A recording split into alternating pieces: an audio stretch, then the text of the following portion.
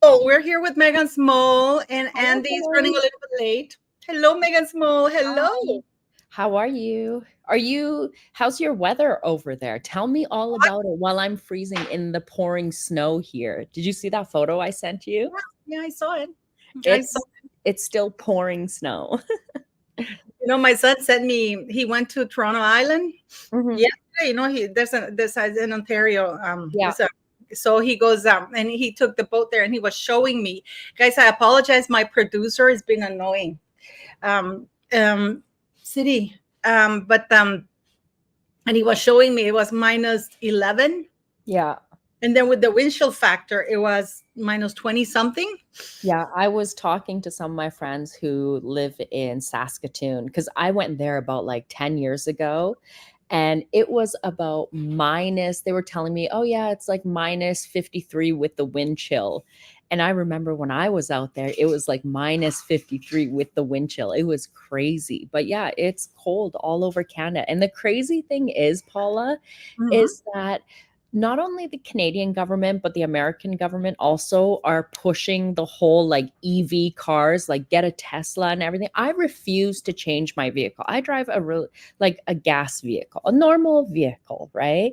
And I'm watching all these people who have switched over to Teslas at the lining up at the power stations. They can't charge up their cars. They can't get into their vehicles because they're frozen. And it's Yeah. like, you want me to change my car over to, because the government's pushing hard and they're trying to give incentives like, oh, we'll give you like X amount of money if you get an electric vehicle. But then when the weather is like this, you can't do anything. You're stuck. So, Absolutely. Absolutely. But then for me, for lupus, the yeah, cold weather really affects me. And I have secondary renal syndrome, which makes it even worse, because it's basically the extremities, my toes and my hands, they get really bad. yeah, I think I've shown you guys that in the past. So it's a bitch. So and cold weather is my enemy in many ways, because the cold weather affects you if you have lupus and secondary renal syndrome. yeah. So yeah, I'm about, yeah, I'm okay. And I don't want, my son is always telling me, Mama, you should turn to electric car. And I said, why? Yeah. Because you can do 600 or 600 or 700 kilometers. And I said, okay. For example, in Norway, when you travel a long period, Norway's pretty, the whole of Norway is not very populated. In Yeah. some areas, Tromsø, very north, even when you're driving, you're not going to find where to charge your car. And it's Hmm. about 12, 14 hours to charge it. Oh, girl, even when like they control things like when you have a power outage for like 16 hours or so, then what? You're completely screwed. No, but yeah, but can you imagine in Norway? It's like, where the fuck am I going to plug this? In a Yeah. rock here? Exactly. Yeah, it's You know, ridiculous. I hate the whole electric car thing. Like, you know what? I like the gas car. I just like, I don't know. I well, like my car is my gas car diesel. that My I can car is feel the diesel. My car power. is diesel. Oh, you've got diesel? Yeah, here in Nicaragua, yeah, Oh, right, right, right. it's a Hilux. So they're very popular here. Most cars are diesel in it, but it's Mhm. very powerful. I mean, I don't mean to be an ad for Toyota, but but Toyota Hilux is the same as Toyota Fortuner. I Mhm. love the Toyota Fortuner because it's got the same engine as the Toyota Hilux, but it's a luxury SUV, and it sits everybody. So yeah, yeah, yeah. I mean, I like it. I like to be able, here in Nicaragua, even in the most remote areas, you will find a little shack that says we sell diesel or gas. Ah. Seriously, you know what? Next time I'm going to take a little picture so you can see. You're in the middle of nowhere. What they do is they go and they make good money because they go and buy these and fill these The barrels big with diesel and gallons, gas, yeah. And Yeah, when they you're sell. stuck, and it's happened to me, and I'm Yeah, like, I know, So yep, and yep. it's like times like 10 times more than what you would pay. I know. I Yeah, but totally but it's get worth it. It's worth it, because when you're stuck, it's worth it, So now what I do, because I am in the mountains a lot. I bought one of those containers, it. Mhm. like those containers. So I always, they're filled. They have 5 gallons each. So Mhm. I always have gas and stuff But you like know that. what's crazy is like even the battery packs, like if you have done your research on the battery packs that they use in those Teslas, those lithium ion battery packs, like those are worse for the world, for the climate, for everything. They're Exactly. worse. And let's talk about those little children who are in the mines mining for those little bits of lithium or whatever for the battery packs, right? Like, come Yeah. on. Lithium is in everything, and you know you know that lithium you can get it from salt mines as well, right? And Mhm. salt mines are horrible for the environment. They're horrible. Have you seen how they are? Yeah, I You know saw. what? I'll do one because we have a couple here in Nicaragua. Oh, do So I'll you? do it. Yeah, yeah, but it's not like for lithium. People Yeah. use salt like sea salt, and they Yeah, sell it yeah. like. But in Chile, specifically in Chile, the whole forest in Chile was horrible because I think they have the biggest salt mines for lithium, if I'm not Mhm. mistaken. And Mhm. everything, even our phones, everything they have lithium in it. In everything that's electric and you need a battery, it has lithium in it. Mhm. So it defeats the purpose. I agree with you. It defeats the Yeah, purpose of I environmental, bullshit. Just get your diesel car or gas car, and that's it. Be sensible about it. Yeah, no kidding. Let's talk about what do you think of this latest news with Catherine? Oh yeah, let me I let know me go the check there. conspiracy stories are gonna start flying. People are trying to figure out like what she's gone in for surgery for. I mean, I know that there are going to be, have you noticed on Twitter that some accounts that were pro Charles and stuff are turning against like William and Catherine? There's like that kind of battle online.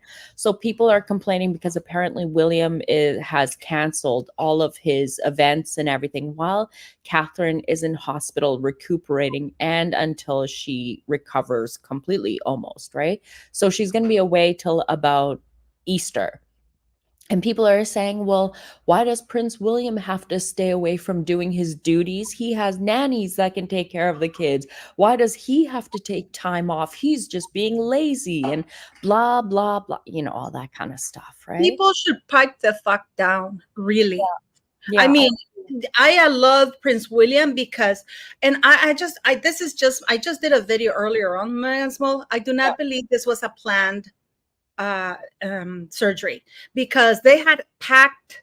If this had been planned, they wouldn't have packed their schedule right now. They would have cleared it, and they would have left open, so they wouldn't have had to give an explanation as to why they're. To me, it sounds like an emergency operation, and quite a serious one because I don't know if you've been in the hospital. I've been in the hospital many times for very serious things.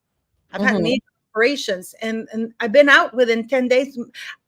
10 to 5 days. I don't think I've ever said 10 days. Well, for my arm, yes, but that's because they thought I had like some sort of virus because I had gangrene in my arm and stuff like that, But this is in Canada, so Mhm. they kept me isolated. But if you stay at a hospital for 14 days and then you have to rest until after Easter, it sounds serious to me. And I Yeah. don't think they're being completely honest.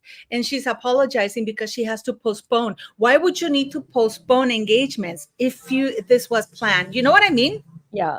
Yeah, I get it. I get it. Maybe what I'm thinking, maybe her surgery could have been scheduled for a later time, which is why they scheduled these events. And maybe there was an opening and she could get in quicker, or maybe like her condition got worse and she had to go in sooner. Who Yeah, knows? but I don't think the Princess of Wales will have to wait for an opening at any hospital in the world. No. Well, you're right about that. You're right about that. She probably has yeah, I'm totally dumb there. No, So, but can you imagine Catherine being waiting in line? This is a private hospital. This is the yeah. Princess of Wales, our beautiful. I'm sending her prayers. I don't know if you believe in God or anything, but I am sending her prayers. But I do think that, what the problem I have, Molly, is that Buckingham Palace and Kensington Palace have been so dishonest and hiding stuff. Yeah. Because, and people say, oh, it's her health. And no, I understand that, but she's not a private citizen. She's going to be the future Queen of England. So her health is a matter of public interest Mhm. because, she's going to have to, like right now, she's apologizing for having to postpone public engagements on Mhm. behalf of the crown and the United Kingdom because she is a public figure, So I understand. And she is she doesn't have to say, well, clearly it's private, Mhm. but I'm not. What do you think, though? What do you think? Am I pissing of the pot or what? I think you could just be overthinking too much into it. I feel like maybe this, like I said, like the surgery was scheduled, but then maybe her condition got worse, which is why she couldn't go to her early years meeting yesterday. I think she had her early years meeting yesterday, but she couldn't attend, which is why I think she had to go in sooner than say later. And who knows, it could be something from like a hernia surgery or something to do with her stomach or like an ulcer. Nobody knows, right? So yeah, who knows? I don't want to take it that far, right? I don't want to take it that far because really, like, I'm putting myself in her position. Would I want all these stories flying around about me after I just said, okay, well, I have some surgery? Like, I kind of hate that the royal family have to let the public know. Like, what if, like, she could have done this quietly without anyone knowing, without having to put a statement? Oh, I agree, but this is what I say. This is why I say this was not planned. Because had this been planned, they would have done it in the summer when there's more time, when they take their holidays. But it is quite serious that she has to remain in hospital for 14 days. Yeah. That is serious. And of course, it's not because if she dies, God forbid, or anything serious were to happen, she is supposed to be the queen consort in the future. I want her to be our queen.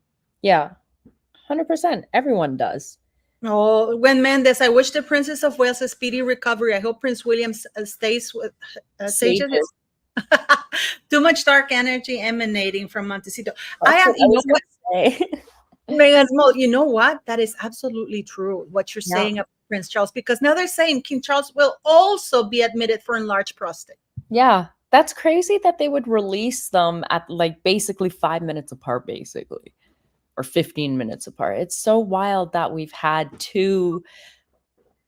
I don't know. But does that mean that while the king is out of order, does that mean, I guess, Prince William would step up for him? But Prince William is taking 10 days off now, too. So would Anne step up in? How about Harry? Harry is Counselor of State. No, Harry's too far. This is why Charles needs Harry is Counselor of State. It doesn't matter. Harry is next Counselor of State. You have Camilla, Harry, Princess Anne, Prince Andrew, and Princess Beatrice. But doesn't the situation show that needs to be dealt with? They haven't. Prince Charles, what Charles did is that he requested that more counselors of state be added, but the legislation and I don't want any sugars here saying, oh, it's changed. It hasn't been changed. It was amended last year at the end in 2023, in December 2023, and as it stands, these are the followings in order. I think it's Camilla, Prince William, Harry, Prince Andrew, Princess Beatrice. And they have now included also Princess Anne and Edward. But the first butter up, now that Prince William is going to be out of commission and Charles is in, are you okay? I'm reading Cece's comments here. She says, can you imagine Casey having prostate check with doctor's finger up his bum? Can you imagine if the doctor has the same type of sausage fingers as Charles? Cough now, King. Cough now, Your Majesty. I mean, what do you think? What do you think? I don't know, girl. This just, you know what? After seeing how quick everything was swapped over when the changes happened with the Danish royal family, it just makes Charles look very incompetent as a king. Like, you haven't gotten these basic things in order. You're not even taking care of the basic situations that are outstanding that need to be handled. That to us seem like something very easy. Just take the Duke of York and Harry off of as the COS. Why do you need to add more people just to dump them further down the line? I don't get it. Yeah. But that's the thing. But as it stands right now, now that Charles is going to have his prostate check, or he's going to be administered, if you read what it says, Palace reveals King Charles will also be admitted for enlarged prostate. It doesn't say that he's going to be tested for it. It means that he probably is going to get surgery. Can you because bring up? Do you have the statement? I'm looking at the thing. Prince of Wales will juggle caring for children and supporting Princess. Oh, no, not this. I'm talking about, scroll down a bit. I want to see if Charles's statement from Buckingham Palace, I want to see what their exact wording is. Okay, here we go. To be treated, King Charles will go to the hospital next week to be treated for an enlarged prostate. That's operation, sweetie. No, I know, but go It down. says, let me see. I want to see the official announcement from Buckingham Palace, not what the Daily Mail put in their own words, right? Oh yeah, no, but I'm sure that they would be. A Buckingham Palace spokesman said at 3:30 p.m. today, in common with thousands of men each year, the king has sought treatment for an enlarged prostate. His Majesty's condition is benign. That's a fucking tumor. And he will attend hospital next week for a corrective procedure. That's surgery. Yeah. That's not a test. The king's public engagements will be postponed for a short period of recuperation. Interesting. So we have, in one hand, Charles out of the game, William out of the game because his wife is, is having surgery. So the crown right now will fall to Camilla, Harry, and Andrew, and Beatrice. Isn't that scary? Huh? Isn't that scary thought? Yeah, but that's where we are right now because, and also, I just don't blame Charles. I also blame Parliament. That Parliament hasn't done anything to put an end to this shit and correct it. Instead, they got rid of that. They got rid of that bill. Remember the Parliament bill that they canceled it in March, but they only published that they had canceled that removal of bills title. Yeah. The removal of titles bill. Yeah.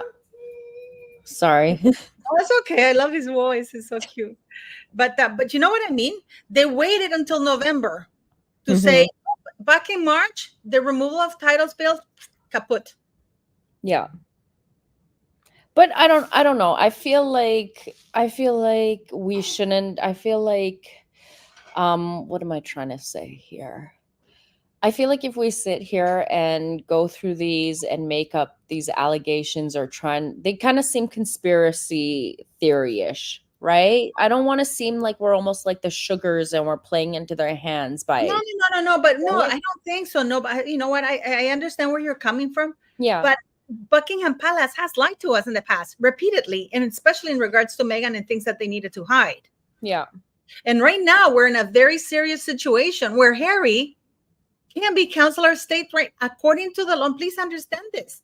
Harry is Councilor of State, will be Councilor of State the minute Charles goes into operation. And if anything happens to Charles, Harry moves, fourth in line to the throne? Well, look, at the end of the day, we have Princess Anne who's there. William is still there. It doesn't, at the end of the day, I think Anne will step in place instead of calling some idiot like Harry to come all the way over and to help out. I don't think that will ever happen. And I feel like right now we should just be sending out our well wishes to Catherine for a speedy recovery and for Charles to not cough or poop accidentally on the doctor's finger when it's up his bum. No. I understand, but I am concerned, especially now that I read this. I'm concerned too, but I hope that this is like a wake-up call for Charles that you need to get your ducks in order at the palace. But he would have done this before, Megan Small. He would have done this way before. He's had how many? A year to do this? Yeah. And now that he's going into surgery, he's going to do it now? Yeah, you're right. I know. I totally understand your point, but I feel like right now, instead of being critical. But this is the problem that we're finding ourselves in this situation, Megan Small, because things haven't been done correctly. This is why. And you know what? I'm just going to put up here because people are still going, no, Harry will not be. Yes, he will be. Harry will absolutely seize this opportunity. He's a fucking vulture. They're both vultures. I mean, we've already seen Harry and his setup pap walk. I wouldn't be surprised if we saw or heard stories. I bet you we're going to start seeing stories about Meghan being worried about the King and Charles and their health. Okay, let me show you something. This is directly from the royal website as it stands right now. Directly from the royal website. Okay. Yeah. So here we go.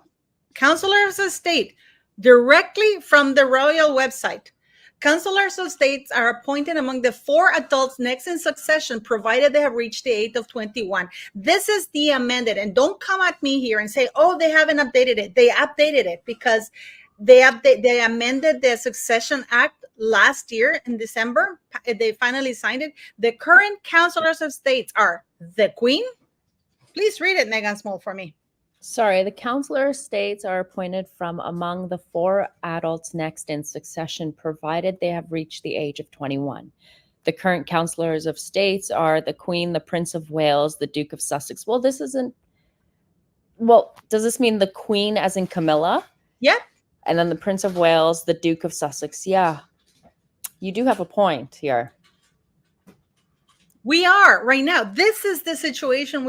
And knowing Harry and Meghan Markle, I wouldn't put it past them to get on a private plane and fly to the United Kingdom, because you see, Harry is officially domiciled in the United Kingdom. You don't need to reside. You just need to be domiciled, which is why he's still featured as a councilor of state. Because you only have to proclaim that you are that the UK is his home, and this is why he's having all those lawsuits in the United Kingdom, because he says that the UK will always be his home. Mm-hmm.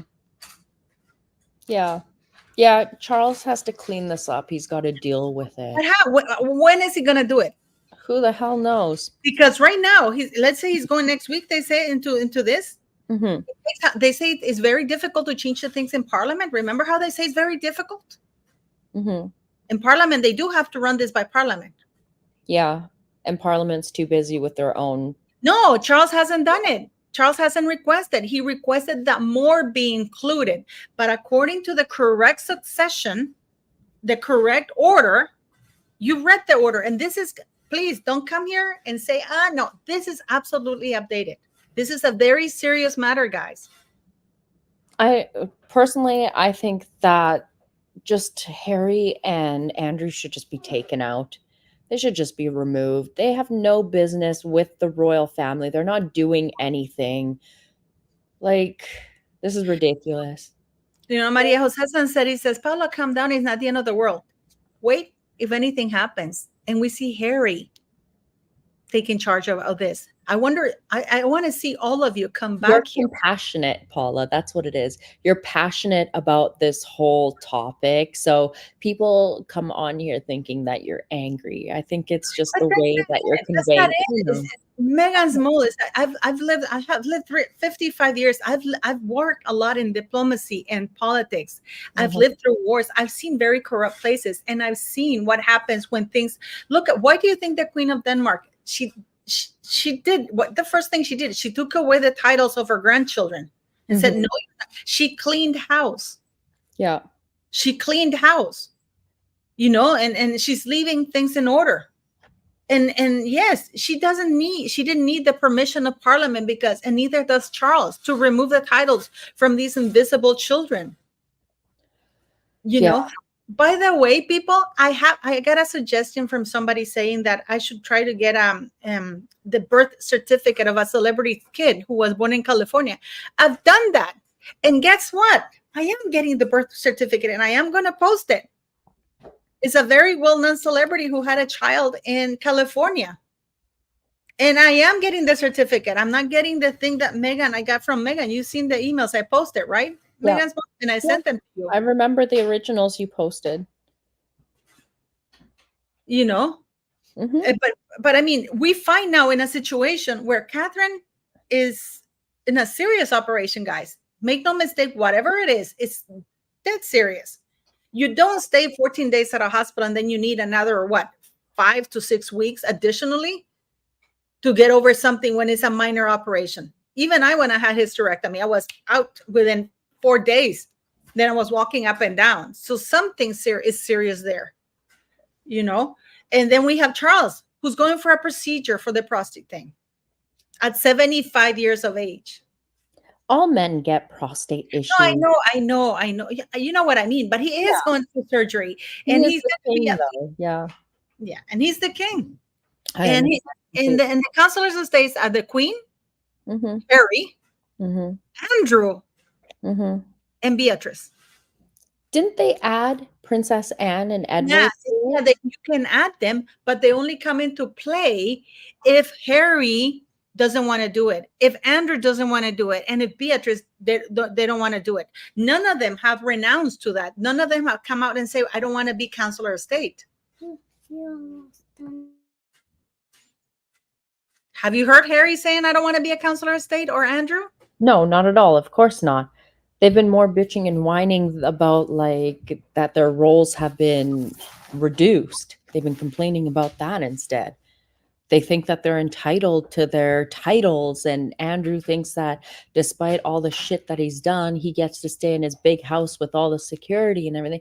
These two idiots that the queen called, did you notice the queen said that Andrew was her favorite son and that Harry was her favorite grandson, and they both came out like idiots? It's almost like the queen knew that these two were idiots from the very start, and she Yeah. coddled them even more. But coddling them and always giving in to their wants and needs has made them into the people that they are right now. Honestly, in my opinion, the king, when he comes out of surgery, he needs to deal with Harry. He needs to deal with Andrew. These people should not be on the website after everything they have done. I mean, But Harry literally said in his book that he wanted to take out his father and that he didn't because of his mind control. Remember? yeah, A that's treason. fighter jet. Yeah. If I said that I wanted to do that to the king, if I put that on my Twitter page, how long do you think it would take for my Twitter page to get taken down? If I said the things that Harry said. And it's in a book, by the way, guys. Yeah. It's published for print in all different languages, 40 different languages, right? Everyone can read that. Charles really needs to stop coddling his like this man is nearly 40 years old. You're coddling a person who has shown so much treachery towards the monarchy, and yet you're still coddling him and keeping him as a member of the royal family, a working member, not in fact. Yeah. Vicky Halliday, Paula, give it a rest. All I have heard from you is negative. It's not negative. These are facts.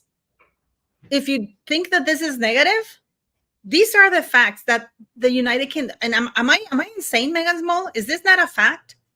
Well, no, but the thing is that you speak about it a lot, right? So some people tend to, I'm just telling you from my opinion, right? No, I understand, but I speak a lot because it never changes. I know you feel like you're screaming into like a dark hallway and no one into the abyss and no one is listening. I completely get it. I get frustrated about it too. I completely understand your point. It's annoying that this hasn't been handled and it hasn't been dealt with. But right now, I think we should just send our well wishes to Catherine. Oh, no, of course. But Right? we also have to be realistic, Yeah. Megan. Yeah. We have to be realistic because we have Harry and Meghan, who, when the Queen was dying, and when both actually Prince Philip was in the hospital, and now we know the Queen was dying during COVID. What do? What? They went ahead and did the Oprah thing. Yeah, they did doing all these interviews. They were attacking the monarchy at the worst. Yeah, they did. Yeah, they did. They did all of that. And every single time they did some BS like that, they were always repaid. They got what they wanted. Charles never put his foot down. I never understood. The thing that I never understood is that everyone knew that the Queen was coming near the end, right? I mean, Charles, that's your mother. Like, why wouldn't you say something to your own son and get him to shut the F up and stop harassing the Queen? Like, what was it said? That the Queen was constantly being called by Harry asking for money, and then she stopped taking his calls, and then he did the same to Charles. He would keep calling Charles asking for money, and then they would just ignore his calls. I mean, they just coddled him. They never would tell him no. Ignoring a person doesn't send out the message. Yeah. Paula, chill. This doesn't affect me. I am Canadian. I don't know if you're aware of this, but the head of state of the United Kingdom is our head of state.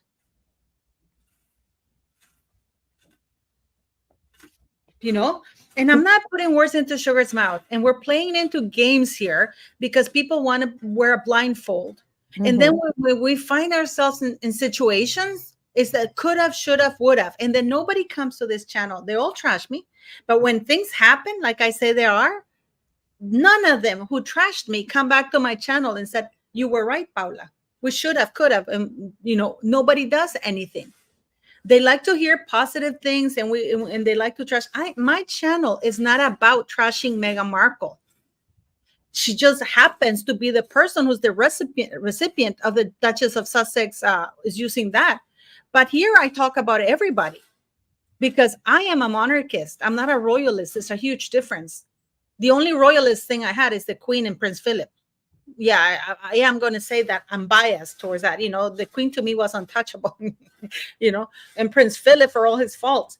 But the rest of them, they're all game. They all have shown to me that they like to hide stuff. Why are they still, like you say, Meghan Small, cuddling Meghan Markle being a bully with that bully report? Mm-hmm. Yeah. What do you think with these revelations that have come out in Robert Hardman's book? I had a live the other day.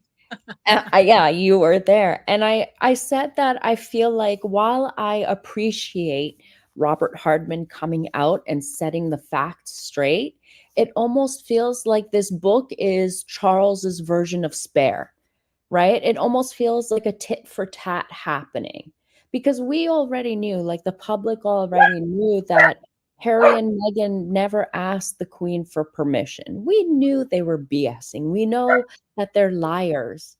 But how do you feel about this book coming out? Do you feel that it's like almost like a tit for tat, like Harry's Spare, where he was complaining about things and talking about things? What do you think? Well, I think this was Charles's way of calling Harry and Meghan out. Yeah. I think it's, as I did a video yesterday, I think it's the coward's way out. Mm-hmm. It's always using a third party. It's just sending your hitman to do your dirty work. Yeah. But that's what he's used to doing all his life. Yeah. So right now we're witnessing what Charles does or doesn't do. I judge him not by what he does, but what he has failed to do. Because in that speech, it really baffles me that people say they thought it was a big win when he said that he wished Harry and Meghan success overseas. They thought it was a big win, and I'm like, maybe they're overseas carrying his work because they're still on the royal website. Yeah, I thought he would take it further and say, you know what? And as the king, as the monarch, I limit, for example, Harry. Do you know that Harry's dukedom is hereditary, so it's going to be passed on to Archie? Did you know that? We're silly for that. Did you know that? I didn't. Go and check the website. They have the titles. He made Prince Edward the Duke of Edinburgh, but it's only a life peerage. The title reverts back to the crown. But Harry's is hereditary. So Archie, an invisible child that nobody's able to verify whether he was born out of Meghan Markle's body, will be the next Duke of Sussex in the United States. Doesn't that sound so silly and so stupid though? This child that has no connections to the UK or anything is walking around with titles because his parents are a bunch of losers who want to make money off of their titles and their connection to the royal family. I mean, I blame Charles for allowing this to go on and not putting a stop to it. But what can we do at this point but just state the facts as they try and change history, right? That's all we can do. No, but that's the thing. If we don't speak out, because right now, this is, for example, we have Biden.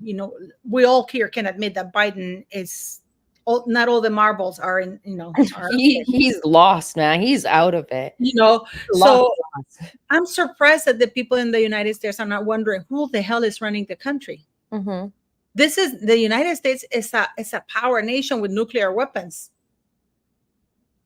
You know, and it's like me, I'm worried about Trudeau. He's an idiot. Mm-hmm. You know, so I mean, I'm surprised people are not more concerned about this. And then when we find ourselves and, you know, when you are cornered, because guess what? It's here now, guys. It's here. You don't see Princess Anne's or Prince Edward's name included there in the Councilor of States right here. This is directly from, this is when I tell you guys, and you and I, Mo and I have talked about the website, the importance of the royal website, because people look to that website for guidance, right? Mm-hmm. Yeah, you're right. You know, but I mean, what do you think? And I know that Harry, and I'm going to ask you this because I know for a fact that Harry was in a hospital about 12 days ago. Are you sure? Yeah, I'll tell you. I'll send you the info, and then you'll see what I mean by that. I don't know. That is that we saw pictures of his fat ass yesterday pretending to run around, right? Remember that they don't take pictures when they should. They publish them later. Look at what he's wearing in California. Yeah. Right now it's cold, so that could have been taken at an earlier date. Cold. California, I have a lot of friends in California. They don't dress like that. Yeah. You know, and I'll send you and you'll see who my source is, and you'll freak. No, you don't have to. You don't have to. But you know, and this is why people were telling me, how did you know? How did you know?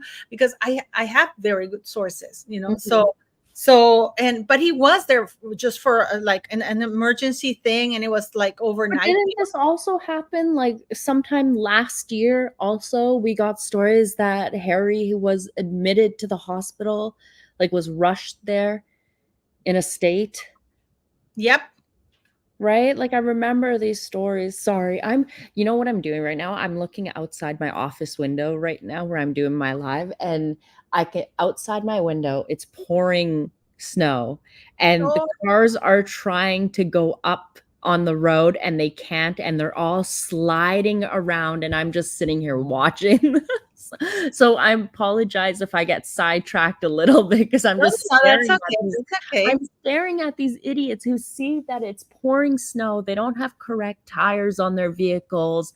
They can't drive in this weather, and they are just making it worse by attempting it. My apologies, Paula. No, go for it. No. I was going to say something because I wanted to ask you. What do you so he was in hospital. I wonder, but now that these news are coming out about the royals, do you think that Harry knew that they were going to be in the hospital? Because I have a feeling that Eugenie and Beatrice and Sarah are giving him info. I don't think Zara. I wouldn't put Zara into that. No, sorry, really? Paula. I got to push back on that one. Okay, go for it. Zara and Mike Tyndall are very, very. No, not that Zara. I mean Sarah Ferguson. Oh, okay. You said Sarah. Okay, I thought you said Zara. I was gonna jump through the screen and like choke you.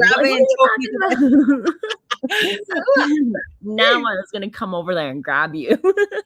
I wish. I'd take you to the beach. It'd be fun.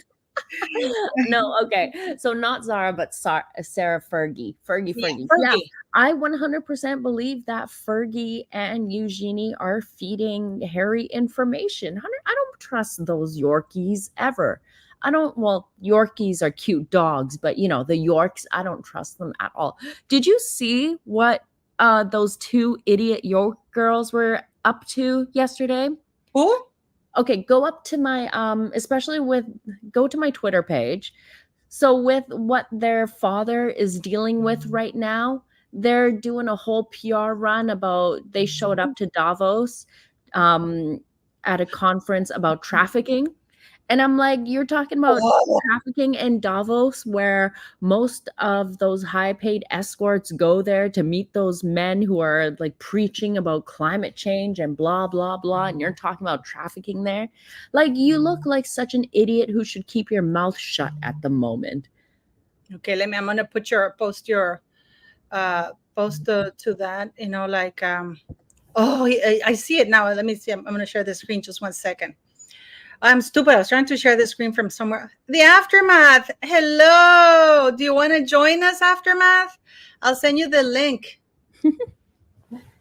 The more the merrier. Andy's gonna come on. He's just finishing his video. He's such a girl. Girl, we got a bus stuck here right now. I'm I'm just watching these cars sliding all over the place. That's terrible. Are you up on a hill? No, not really. It's just the plows haven't come by yet, so it's just been accumulating, and I think we have like at least over a foot on the ground, so more than 12 inches on the ground right now. Yeah, let me see. You have this here. Oh, here they are. Yeah. Look at this in Davos, out of all the places where all the escorts love to go. They're going there to talk about anti-trafficking. Like, get your head out of your ass. Like, these two cannot read the room, especially Eugenie. Like, I cannot stand that girl. And you know what, Beatrice? I had like different feelings about her when she married Edo. I was like, okay, maybe she's gonna go live her own life. But you know what? She's just as much as a snake as her own sister. Oh yeah, I've been talking about it all the time.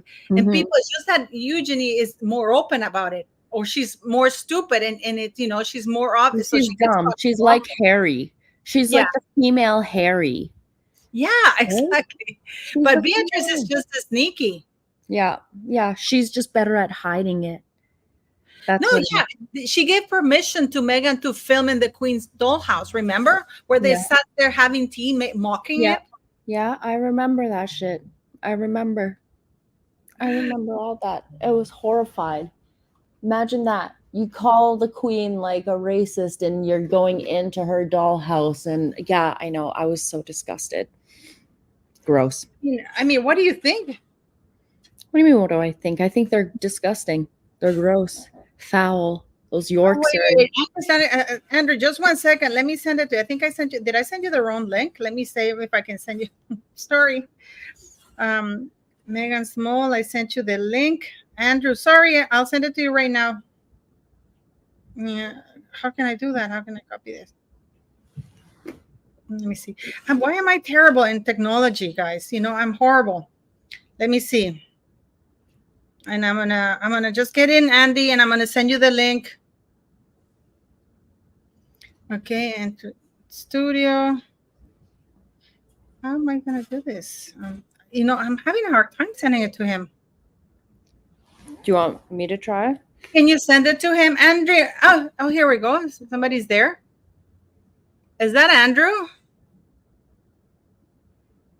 Watch it be like a porn bomb. Sometimes when you put your link for like people to call into your channels, then some jerk will come and like start streaming porn to get your channel shut down. That's what I'm saying. I think Andrew is very famous for not having good connection. He keeps going in and out. It's okay. Try to go to a place which is good connection, Andy. But if you can send it to him, Megan Small, see if you can log into that. That'd be great. But yeah, I mean, I am. Oh, he went out again. But if you can send it to him, I'm going to tell him that you're going to send it to him. That way. Did you send it to him? Not yet. Oh, my goodness. Megan Small is sending it to you.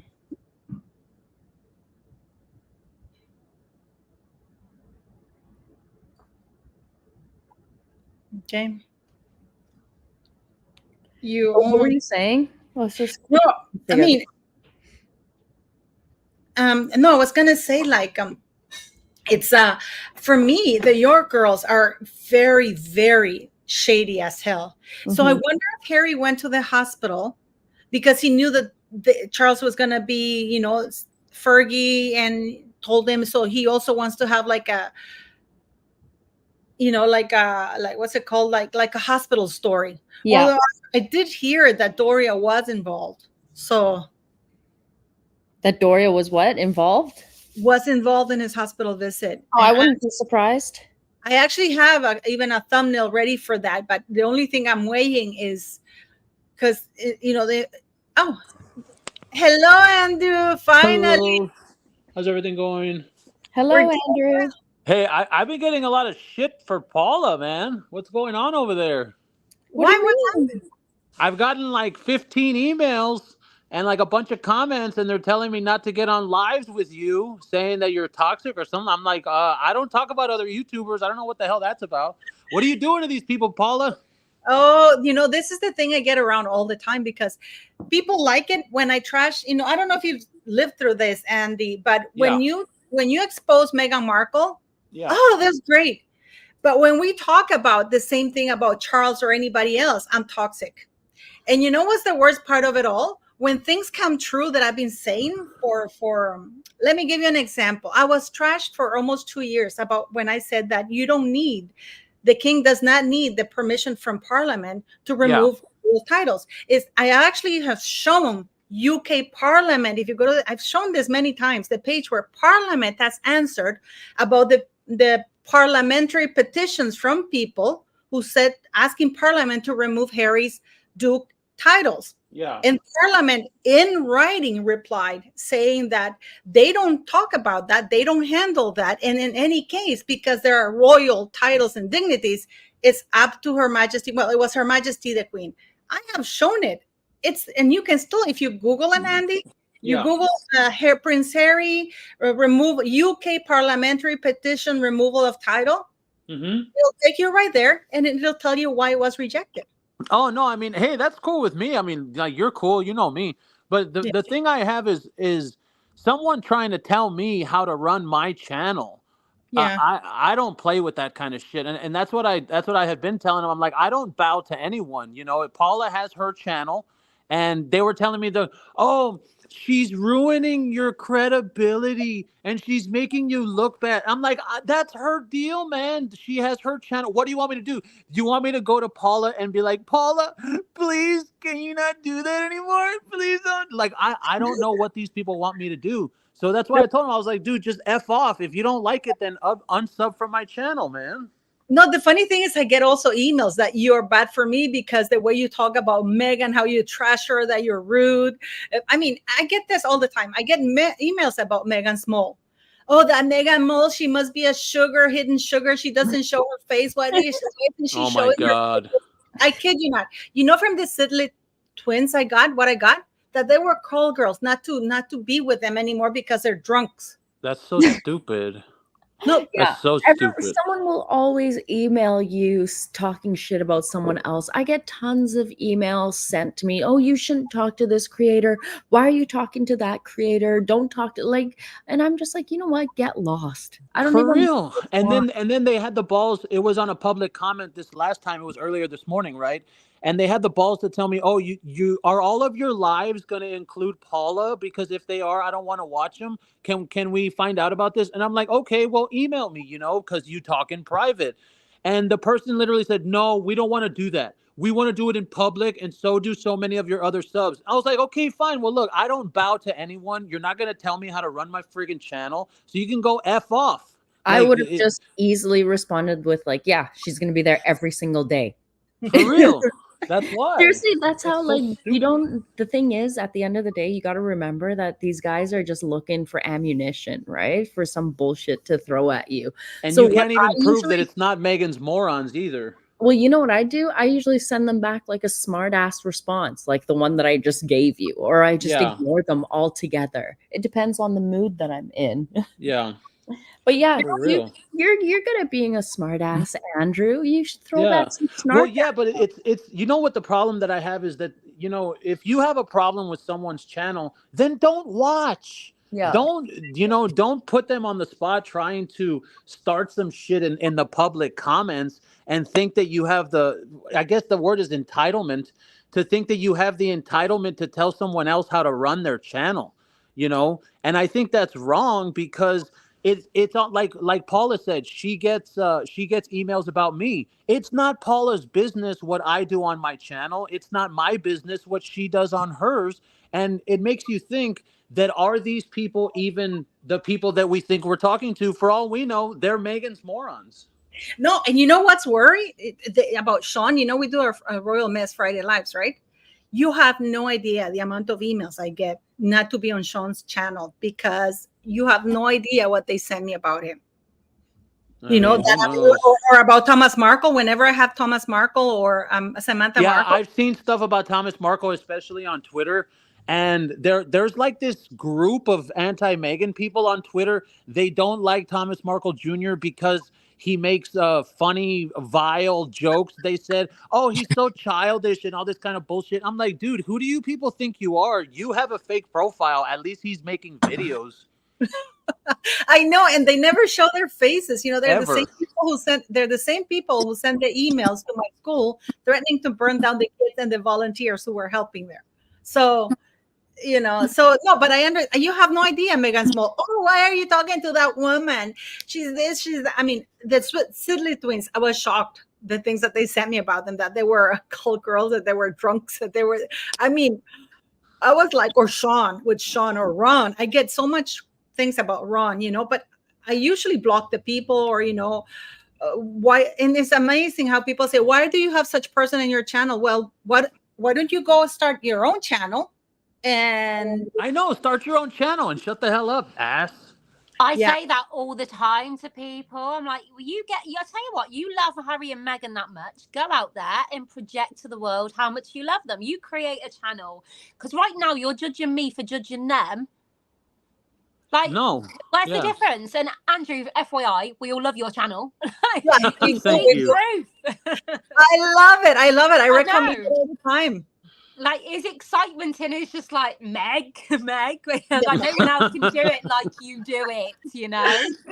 I mean, thank you. Look at the aftermath. And Andrew, how do you feel about Catherine's operation? You know, I was freaking the fuck out when I woke up this morning and I saw Catherine in serious operation. Yeah, you can go first. Do you know what? To have Charles and to have Charles and Catherine both in hospital in one hit. Do you know what? I think this is going to be the biggest realization to a lot that they're only human. And actually, this, although these are procedures and Catherine's was planned and Charles is underhand, so we're being told.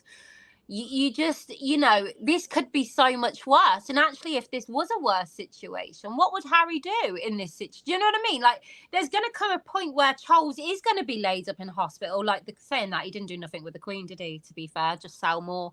But yeah, I think the stress can't help anyone. Look what I did to Thomas Markle, you know? Like, you see them in a hospital and that they are just human. I've just done a post on the Queen, actually, because all of this with Lilibet is just... And the fact she was copywriting that name. That's horrible. Yeah. That's like on levels. All planned. The Queen, in my opinion, from someone who's been through abuse, has been abused on the world stage. And... we have all watched on, and that is why you've got such a mass reaction, you know. So yeah. Well, for me, when I saw the announcement, and the first thing I said, I was like, please God, no, not something bad. Mm-hmm. And then it was just, you know, like they said that it's a routine it's a surgery that was planned already. But the one I will admit this, the one thing that worries me is this amount of time for recovery.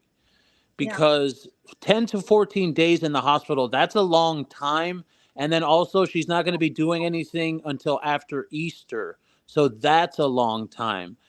But, you know, I'm just glad it's, like, as they said, it's not anything serious. Same thing as well with the King. It's just routine. Hey, and I'm a guy, man, that prostate stuff, I'm 36 years old, but I think about that too. You know, like that's real for men. So you got to worry about that. Yeah. Well, yeah, but you know, he's 75. Yeah. Yeah, he's older, yeah. But also with Catherine, she's a woman of a certain age. I think most women can hazard a guess what that could be, what we think it might be. But I see William's taken some time off to help care for her as well. So whatever's going on, and then that's just hazard a guess. It could be something more, couldn't it? You know, they're not going to come out and give us it all, are they?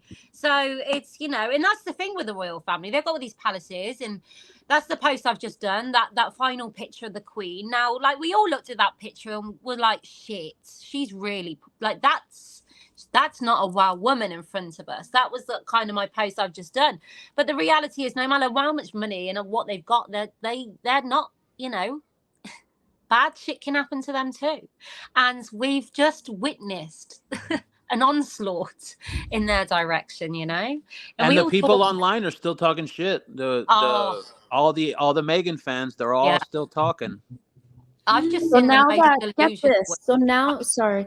Now that they have released that Catherine is in hospital recovering, so now there are over a dozen police officers patrolling the area nearby where the London clinic where the Princess of Wales is expected to stay while she recovers from surgery.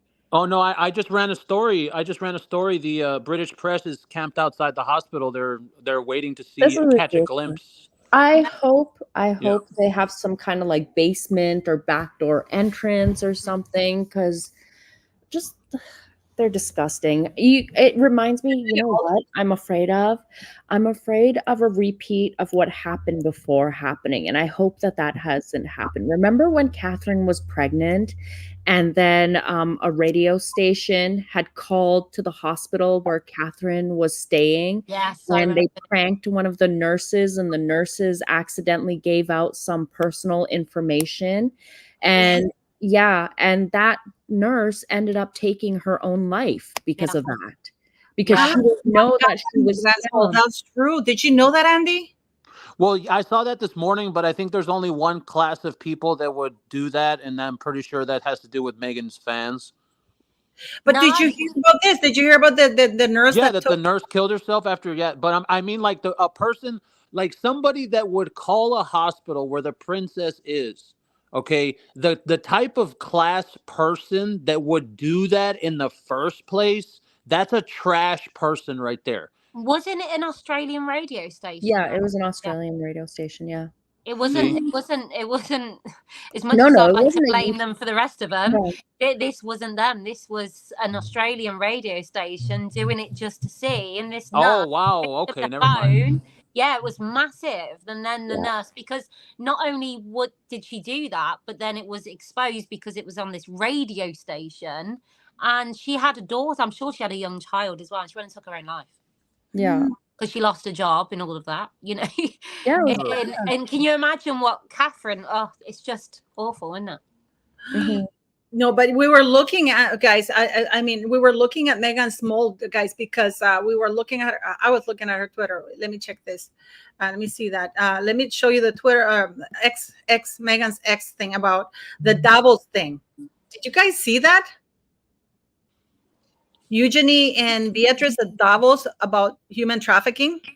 Eugenie and Beatrice. Look, those two snakes. That's what I call them. They're both snakes. I'm not into them. I think that there's something really nefarious behind those two women. That's all I'm going to say. I just think they've got this thing in the British to being a bit dense. You know, they just you watch any, like, you know, you have the spoof shows like Spitting Image, and you've had those over the years, the Windsors and stuff, if you've ever seen it, and the way they mock these two, they're just a bit of a duo comedy act who are not that bright. You know, that's how they come across. And you know, to do this, it's like, come on, read a room. What is wrong with you people? Are you that entitled, all of you, that you just are unable? Aftermath. Just look at her parents. Yeah, I don't think they have two brain cells between them. So. Nothing good can come out of Andrew and Fergie. You know, like exactly.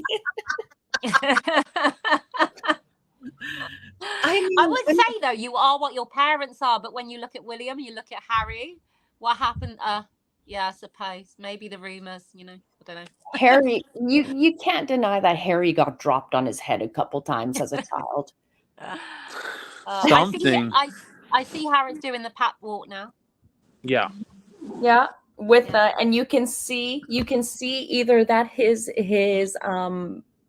bodyguard or the paparazzi taking the photo. You can see the reflection in the bumper of the vehicle behind him. Oh, for God's and you can see that's why it's Catherine on X caught it, and she. Can you see it, guys? Can you see that? Yeah. You see the white truck and the man leaning against the truck, basically taking a photo. I mean, these guys are a bunch of... Imagine that. You left the royal family for this. Look. For this. Do you know what? I feel like it's a bit of an insult. It's like, if you're going to play the game, please play it better. You know? Yeah, that's like asking a pig to fly, you know. Well, but what I saw from that was the reflection. Then he probably wasn't actually running. He probably wasn't actually exercising. It was just like a little jog from like there to there, like from like not even a quarter mile or a tenth of a mile. They just got the photo and then he stopped running and that was it. And they probably just got in the car and left. Yeah. Or maybe he just jumped. They were just saying, okay, now come here. Yeah. You know, because if you go running, you don't have your phone like that. You usually put it in your pocket or something, you know, your arm or something like that. I mean, and you're trying to tell me that in Montecito or Santa Barbara, people go running in the streets? Yeah. No. And these are rich people who all have personal gyms in their homes? My God. Yeah, right. You got a running machine. And also, even my husband, you know, every now and then they go, I'm going to get fit. Even he's got one of the arm straps where you put your phone in. You know, if you really want, you know, this is, you know, someone who's quite minted, he's got a bit of cash.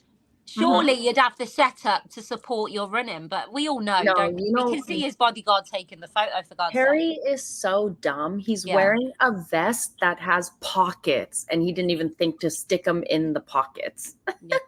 Like, you put your phone in your pocket and run with your phone in your pocket. Like, he's probably got Megan an earpiece going, Harry, right? Yeah, she's probably watching him. Yeah. Not like that, you idiot. Start again. She's standing there directing her.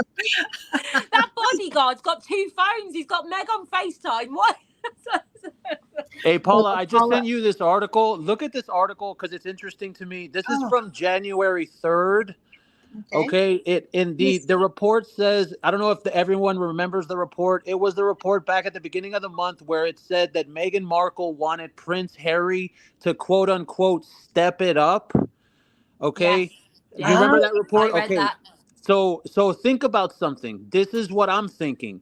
That when that report came out that Meghan Markle was telling him to step it up, look what has happened since then. Since then, this month has been all Harry.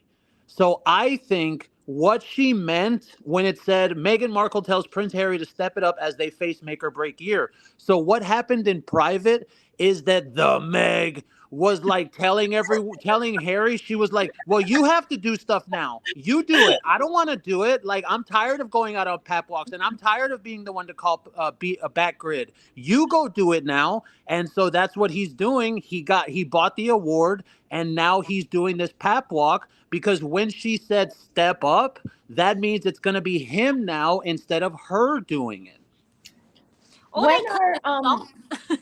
When are Harry and the Meg supposed to go to the I just have to say something. You know that one of the main criticisms I get is how disrespectful you are to Meghan when you call her the Meg. I love it. When I get that.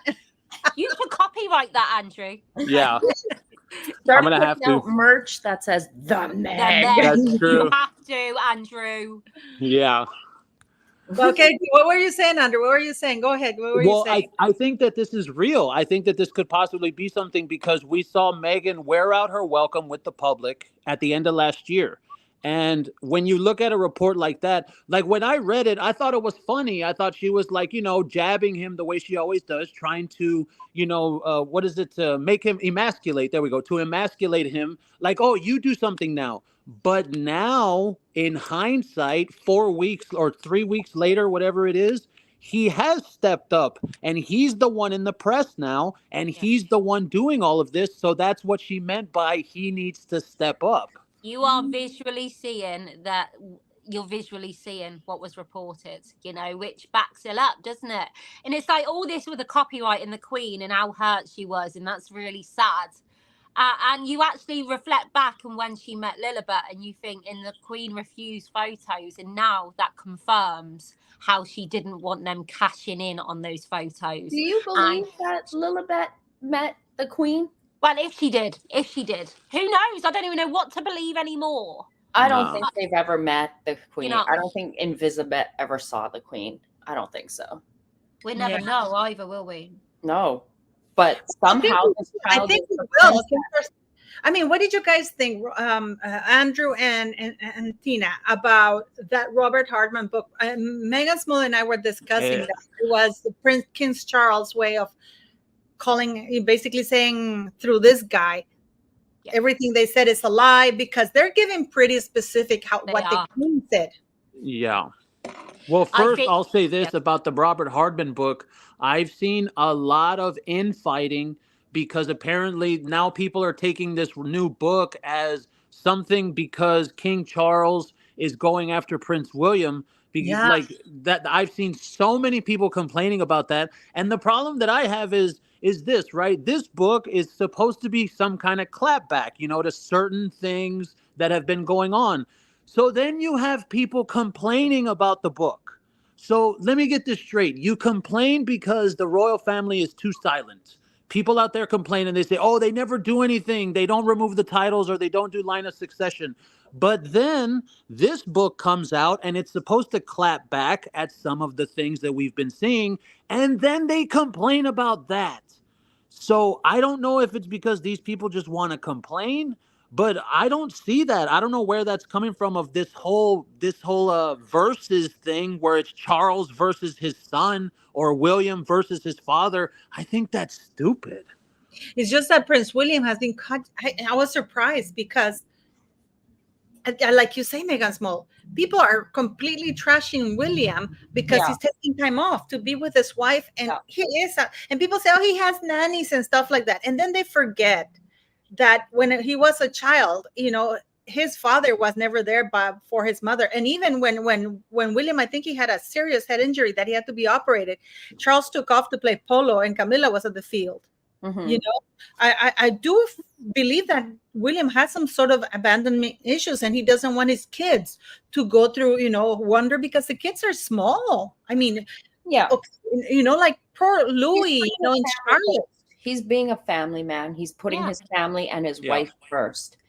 And it seems like people have a problem with that. Like I called it. I said, the minute I saw that William has canceled his engagements, you're going to start seeing people complaining about, well, he's got children. Most families can't be taking off 10 days when another spouse has to have surgery. Most families don't have the luxury. That's his privilege, blah, blah, blah. We're paying for the royal family, blah, blah, blah. All that BS, right? But he has a family. He's got young children. He's been through traumatic things himself with his mother, and how, like, he saw when his parents weren't around, he had to deal with everything. So I don't blame him one bit. I say power to him. Mm-hmm. Most families, while they would, if I was in that situation, I had a spouse who had the kind of money where they could take off 10 days to take care of the kids, someone would love that. We would open that with open arms. We would welcome it.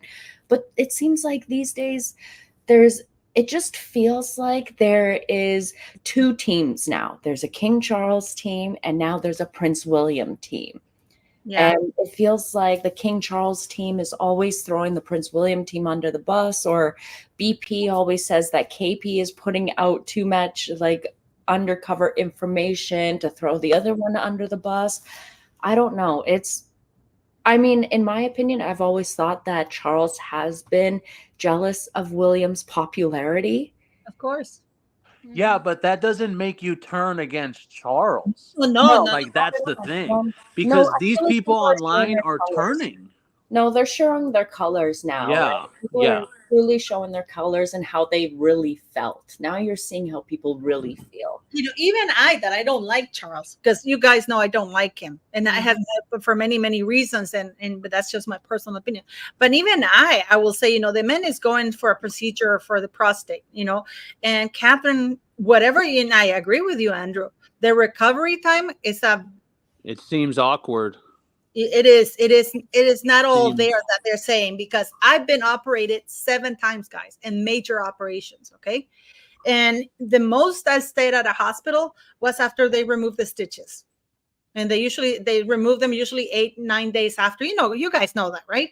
And then, but our hospitals, usually when you're done your procedure, they want to get you the fuck out as quick as they can. Right. Well, not if you have insurance. If you have insurance, they're going to milk it. Yeah. This is not just a future queen. This is Catherine. Catherine, the Princess of Wales. This is what I was going to say. She will have, like, all of them, the top doctor. She's going to get that little bit extra and more. I'm not too worried about that because. But why wouldn't the doctors keep her there for extra days just for observation, just to be sure about everything? Like, I think people are just reading too much into it, and just now the conspiracy stories are going to fly and stuff. But people are going to show their true colors during this time when all you should be doing is sending out your well wishes to Charles and Catherine. To be honest, right? We should just be sending them good vibes. But I am worried. Like Andrew was saying that because people were trashing me here on the chat, because I'm saying that right now in the royal website, the councilors of state, if Charles is out because of the operation and William is taking time off because of his wife, the official councilors of state right now in the royal website it would fall to Camilla, Harry, Andrew, Beatrice, and Beatrice and Eugenie, because it's in the line of succession. That is the official, because the councilors, they are the first 4 adults over the age of 21 that are fit and stuff like that. And right now in the royal website is Camilla, William, Harry, Andrew, and Beatrice. But William will be off because of his wife, and Charles will be under the knife and recovering for 10 days.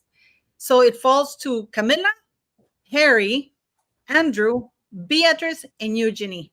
So we have the Yorks and Harry.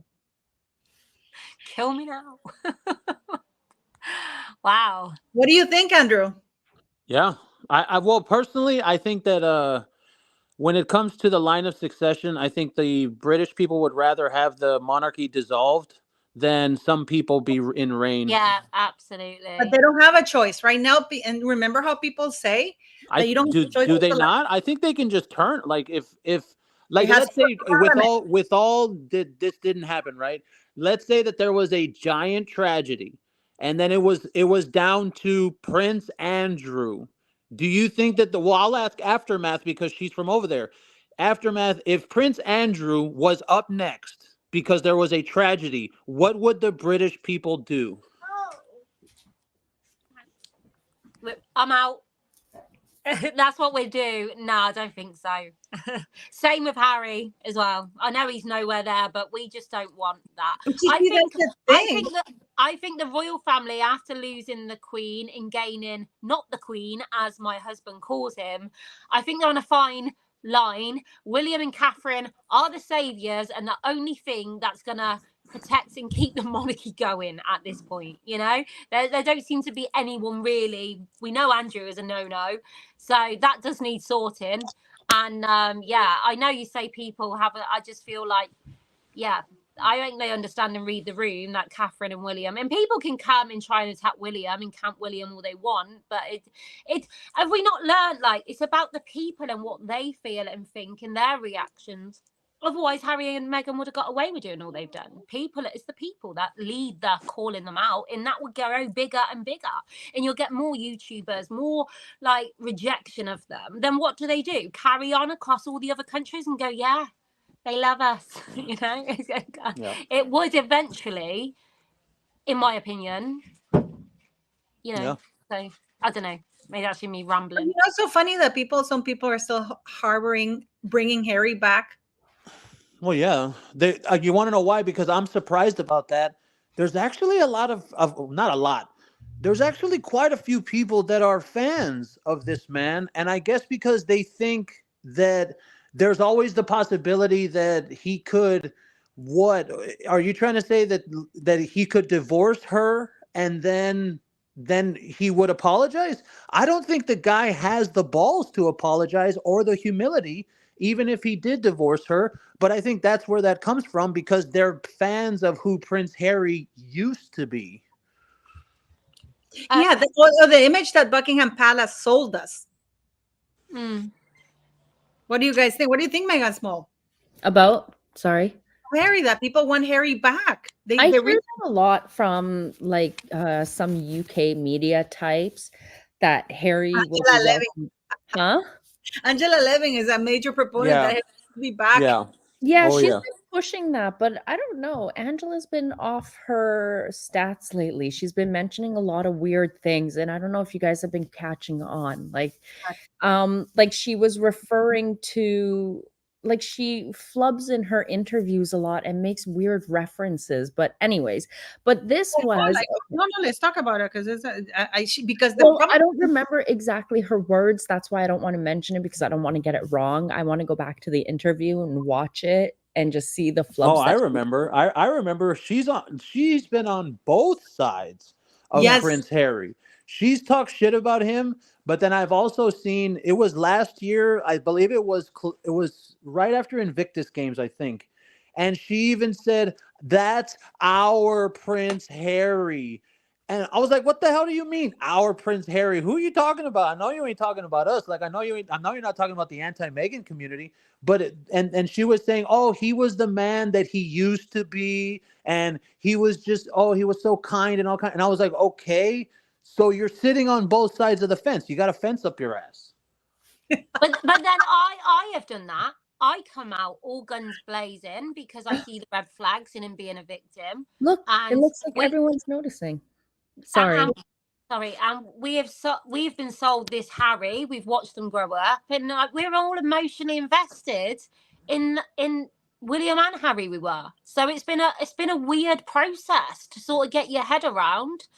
But for me, even now, I'm acknowledging that if he was the person that we've been sold, he wouldn't have done this, not to these levels, in this extreme, I think that side of it's been confusing as someone from the British public. And I've been back and forth, flip-flopping on it. Yeah, but like, for example, she goes and says that he was a war hero. Yeah, she has said that. That's the thing. And the problem I have with things like that is that she's on TV. Okay. Yes. So she's not just some YouTuber here on a live. That woman is on television. But she's on television everywhere, isn't she? Yeah. She's the only one willing to speak out about it all. And maybe with her age, because she's no spring chicken, that she's getting a bit kerfuffled and just, I don't know. It's, maybe she's just over-interviewed at this point. I don't know. Maybe. No, it's just so, it's so infuriating because this is why I was talking to you guys, that we YouTubers, we have to do their work. I did a video and I was really angry because we publish stuff, and then have you noticed that, guys, after we publish it, one of these royal experts, they will pretty much repeat what we said. Yeah, it's always like 3 weeks. Yeah, it's always like 3 weeks to a month afterwards, or maybe 2.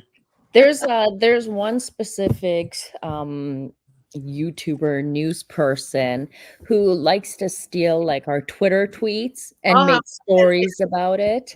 And then he's been really, I think people will know in the comments who I'm speaking about, but then he has been recently throwing more of a fit, like, don't mention any creators in my comments, or don't recommend any other creators in my comments. Your comment will be deleted and you will be blocked from the channel.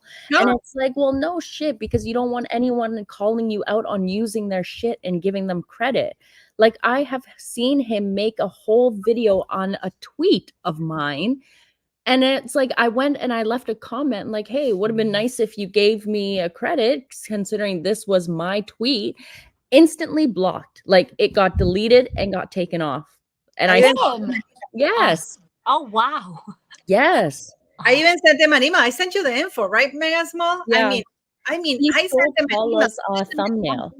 My thumbnail, and then I saw it within, like, when he did his evening uploads. I was like, that's Paula's thumbnail. And the problem is that people come into my channel and they say that I am stealing his stuff, or that I am stealing. And I'm like, what are you talking about? If you followed me, you know that I posted this, or he actually, I'm not going to say stole the story, but he went and said, after I reported the story, he went and said, you heard it here first. And I'm like, and he used my thumbnail. And I'm like, he just changed the things of the words, like the font, but it's exactly the same thing. And then he goes, you heard it here first. And I wrote him an email, and because I don't have any other options to work to, and he blocked me. Yeah. Wow. See, I did don't you have block any of me? that because you guys are really good and you go and dig Block for me, them. man. Wow, That's ridiculous. that's crazy. Yep. So, but it's, I mean, I just want to say, I mean, Andrew, I have to talk because I was watching Megan Small's live. We have this Lily thing. We're delighted. This is the actual tweet, guys. Thank you for this, Megan Small. Because are you talking about? Is it in the comments? Is that the person you're talking about? yes. Oh my God, dude! Yes, Andrew. I stopped listening to that guy during the Amber Heard trials. Oh my God, really? For real, I know exactly who that guy is. He even makes fake AI photos and then passes them off as real ones. Yeah, that's the guy. I was like, who the hell are they talking about? And then I saw the comments, and they're saying it in the comments. Yeah, no, I just did that, Andrew. I'm like, Yeah, but I'm not gonna say. But you know, the thing is that, for example, you know, Megan Small, I went to his thing and I commented because I, you know, when you told me about the tweet, I went and I left a comment. It was deleted. Yeah, he does that. He deletes and blocks instantly. Like, I literally watched my comment get deleted after I posted it. Look at that comment. Hey, look at that comment by Lorak right there. Oh, that one right there. Yeah. Yeah. Oh, man. I've even tried watching that channel, and the problem that I have, I want to report on the stuff he says, right? Because a lot of people believe him, apparently. I want to report on it, but there's nothing to report. Like, there's nothing to write down because it's all could have, and it's all, I thought, and I'm like, okay, I guess I won't report on it then. Okay, let's be honest. Like, the first 2 minutes of his videos are all about him bitching about the cost of something, or how cold it is, or the weather. In the summer, he's complaining it's too hot. In the winter, he's complaining it's too cold. And then he's complaining about the cost of Horlicks going up. And you're just like, I'm like, we see the numbers you're getting. We that's what I'm saying. Idea of how much you're making. Like, all of this bullshit complaining about, oh, the cost of it. Like, shut up. Just that's my question. Who is watching? Because he doesn't. I'm not trying to be a hater or something, because he gets massive views. You know, but my question is, when I want to watch his videos, it's because I want to report on something he's saying, because he's obviously the news and a lot of people watch, right? Okay, so then I'll start watching and I'm like, okay, well, what was the video about? Yeah. And not only that, like, I'm going to find the video that I did that I actually was the first one to talk about it. And then I thought, you know, because people immediately come to me and they go, who are your sources? You never say who your sources are. And then I kid you not. And the reason why I know about it is because then I get comments. Paula, did you see what Neil Schon was saying about this? He came out and he has sources that were saying this, but he's not saying his sources. But people, and this is the worst part of it all, people, he has a lot of credibility, you know? And he goes, I have very good sources. And nobody questions that. Yeah. And he's repeating what I said within 3 hours using my thumbnail. And people come to my channel, you know, and they trash me for it. And he doesn't, they don't ask him who your sources are. You know, when I lost interest was when he was throwing digs at Lady C and her dogs. He was like, oh, I'm not just some woman who's putting out hour-long videos with dogs licking and kissing my face and blah, blah. Like, I was like, ooh, so snarky from him. So snarky. But it's just like, the thing that bothers me is that he puts other people down, where he's like, on my channel, you won't find us like asking for you to donate for a cup of coffee or for membership or buy anything. And I'm like, you're such a jerk off, Neil. Like, why do you need to say that? I think it's, you want me to tell you why I think it is? I think it's because he's a nice, non-threatening older man. So when he wants you to think he is. Yeah. So when the people watch his channel, he does that thing. I don't know if you've seen him do the thing where he waves to the camera. Yeah. So it's like and I'm not hating on him. Hey man, congratulations on getting those views. You're doing it. Nice job. But I'm saying, I think that's why, because he's a nice older man. He's very non-threatening, and the way he talks is very pleasant. So it works. Yeah. And he's got the you know, like the weatherman. That's perfectly. It's like that old British news weatherman. He's got the old anchor going on as well. So Yeah. he's probably tapped into the British people But by that's doing that because it's familiar and you know it's easy listened to, and that's probably why he's getting the views like he is, because no, but I it's think so. non-offensive. It's just you No, know. but from what I think is because he was a former royal commentator or something like that. So he's still grabbing this thing. But we YouTubers, we actually, Megan's mole. I mean, I have ordered 7 birth certificates for Lily. Yeah. You've seen what the answers you got the answers. I posted them online that there's no such record of a child with those details. Mm-hmm. Which is Lilibet Diana Mountbatten Windsor, born in California, Santa Barbara, on June 4th, 2021, to Rachel Megan Racklin. None. They even are going to send me the certificate of that doesn't exist, you know, that cannot be found. Yeah. So, Yeah. but, you know, but this is the thing. And we do our homework. And then these big people, these very well-known people, I've seen information you give, Andy, you know, and then I see, I'm not gonna say who this YouTuber is, but I'm gonna send it to you so you know that. What if we, because you know how we can never find anything under Lilibet's birth date in California or anything. What if we search, because we saw that Megan had registered a website named Diana Mary Mountbatten Windsor on 03/08/2021. Okay. March 8th, 2021. What if we search something that instead? But where was she born? I think either look up California. Hey, and that's another thing I have about this Lilibet story that just came around, is that story gives credence to the existence of the child. So when we're all talking about Meghan Markle stealing the name and without Queen Elizabeth's permission, then it feels like to me, okay, well, we have to just pass over the fact that none of us can prove she's real.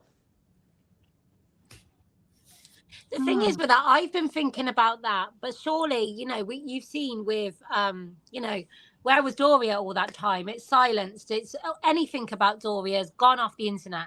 So if they don't want you to find it, you're not going to be able to find it. They've got links, they've got connections.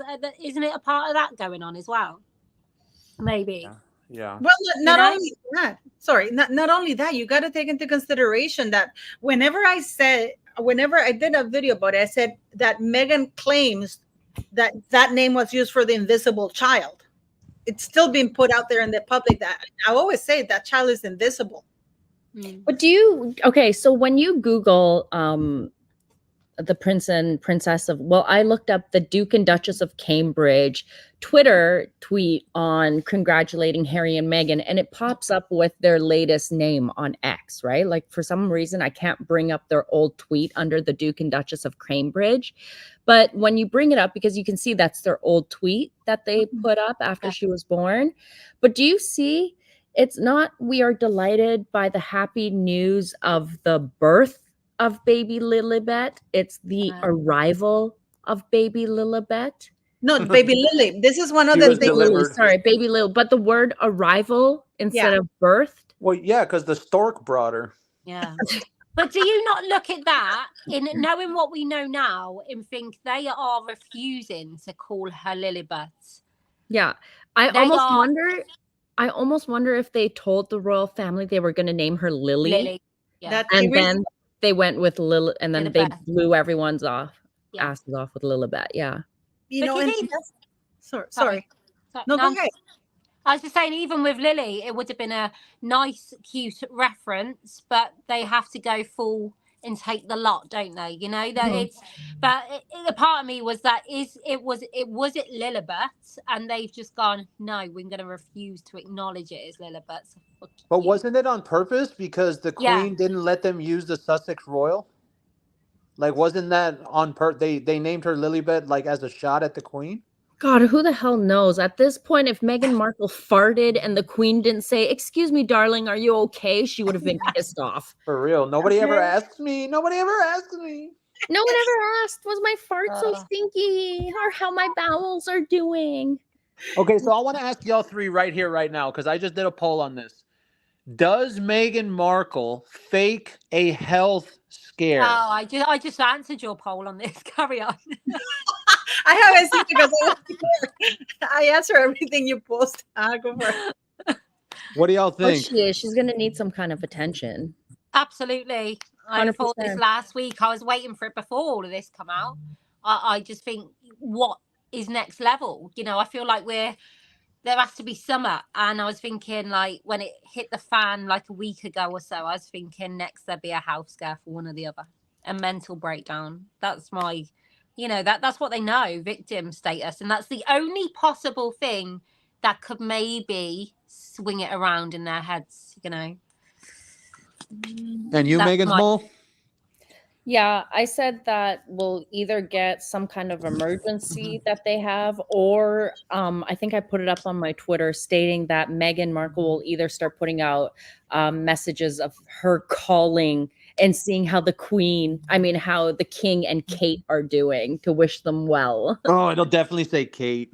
Yeah, it'll definitely say Kate. Oh yeah, it's never the princess. I can imagine with all this news today that Meghan will be edgy and excited right now because it's something, and that's just living with a narcissist. I know how they work, and I just not now, obviously, but I can imagine the cortisol, like something's I just know there. It's just yeah. All this news, drama. Sorry guys, I gotta run here. I gotta go grab my little one because he's no, that's okay. That's okay. I'll talk to you guys later. Okay?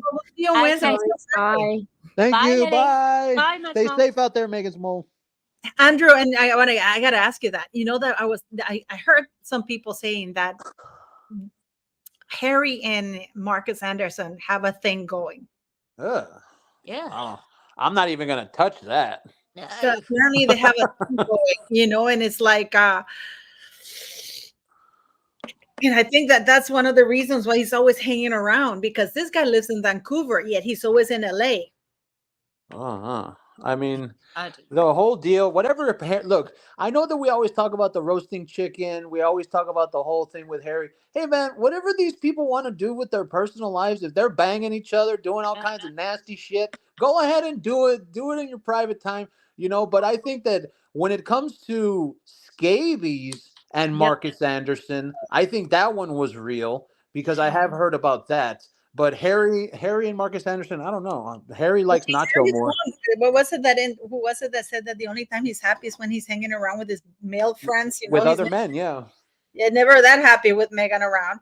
And you know how Scobie came out and attacked people because you posted that, Andrew, that Us Magazine, Meghan came out and said that they had 100% yeah, she showed herself finally. She came out of her hole and did an exclusive. Which is so wrong. You would think by now. Tell Tina what Meghan did with Us Magazine. Well, what is it? Was it Us Weekly or Us? Us Weekly, yes. Us Weekly, yes. Yeah, it was Us Weekly.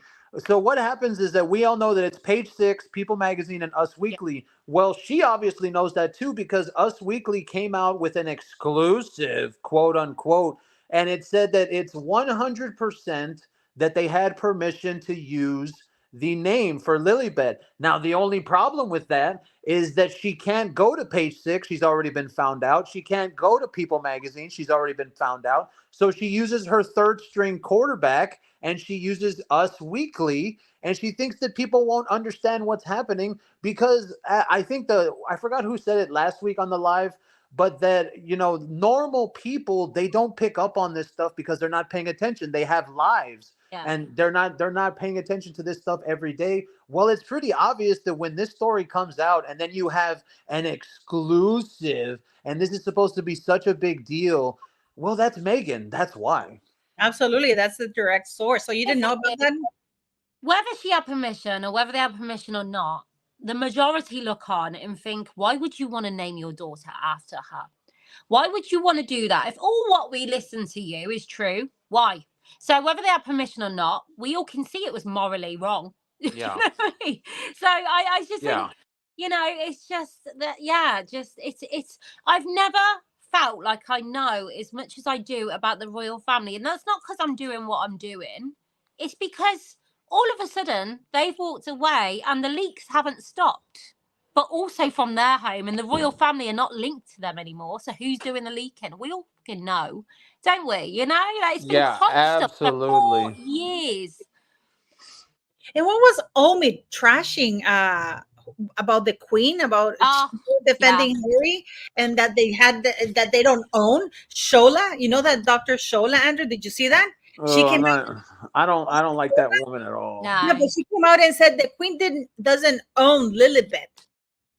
Yeah, no, not at all. And Meghan doesn't need permission to name her daughter like that. Then why are they coming out saying, Harry and Meghan, that they did get her permission?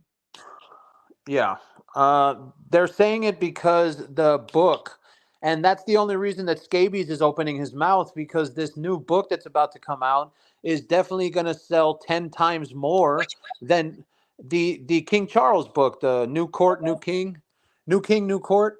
And that book is going to sell. I mean, Scabies' book, from what I remember, it only sold 66,000 copies.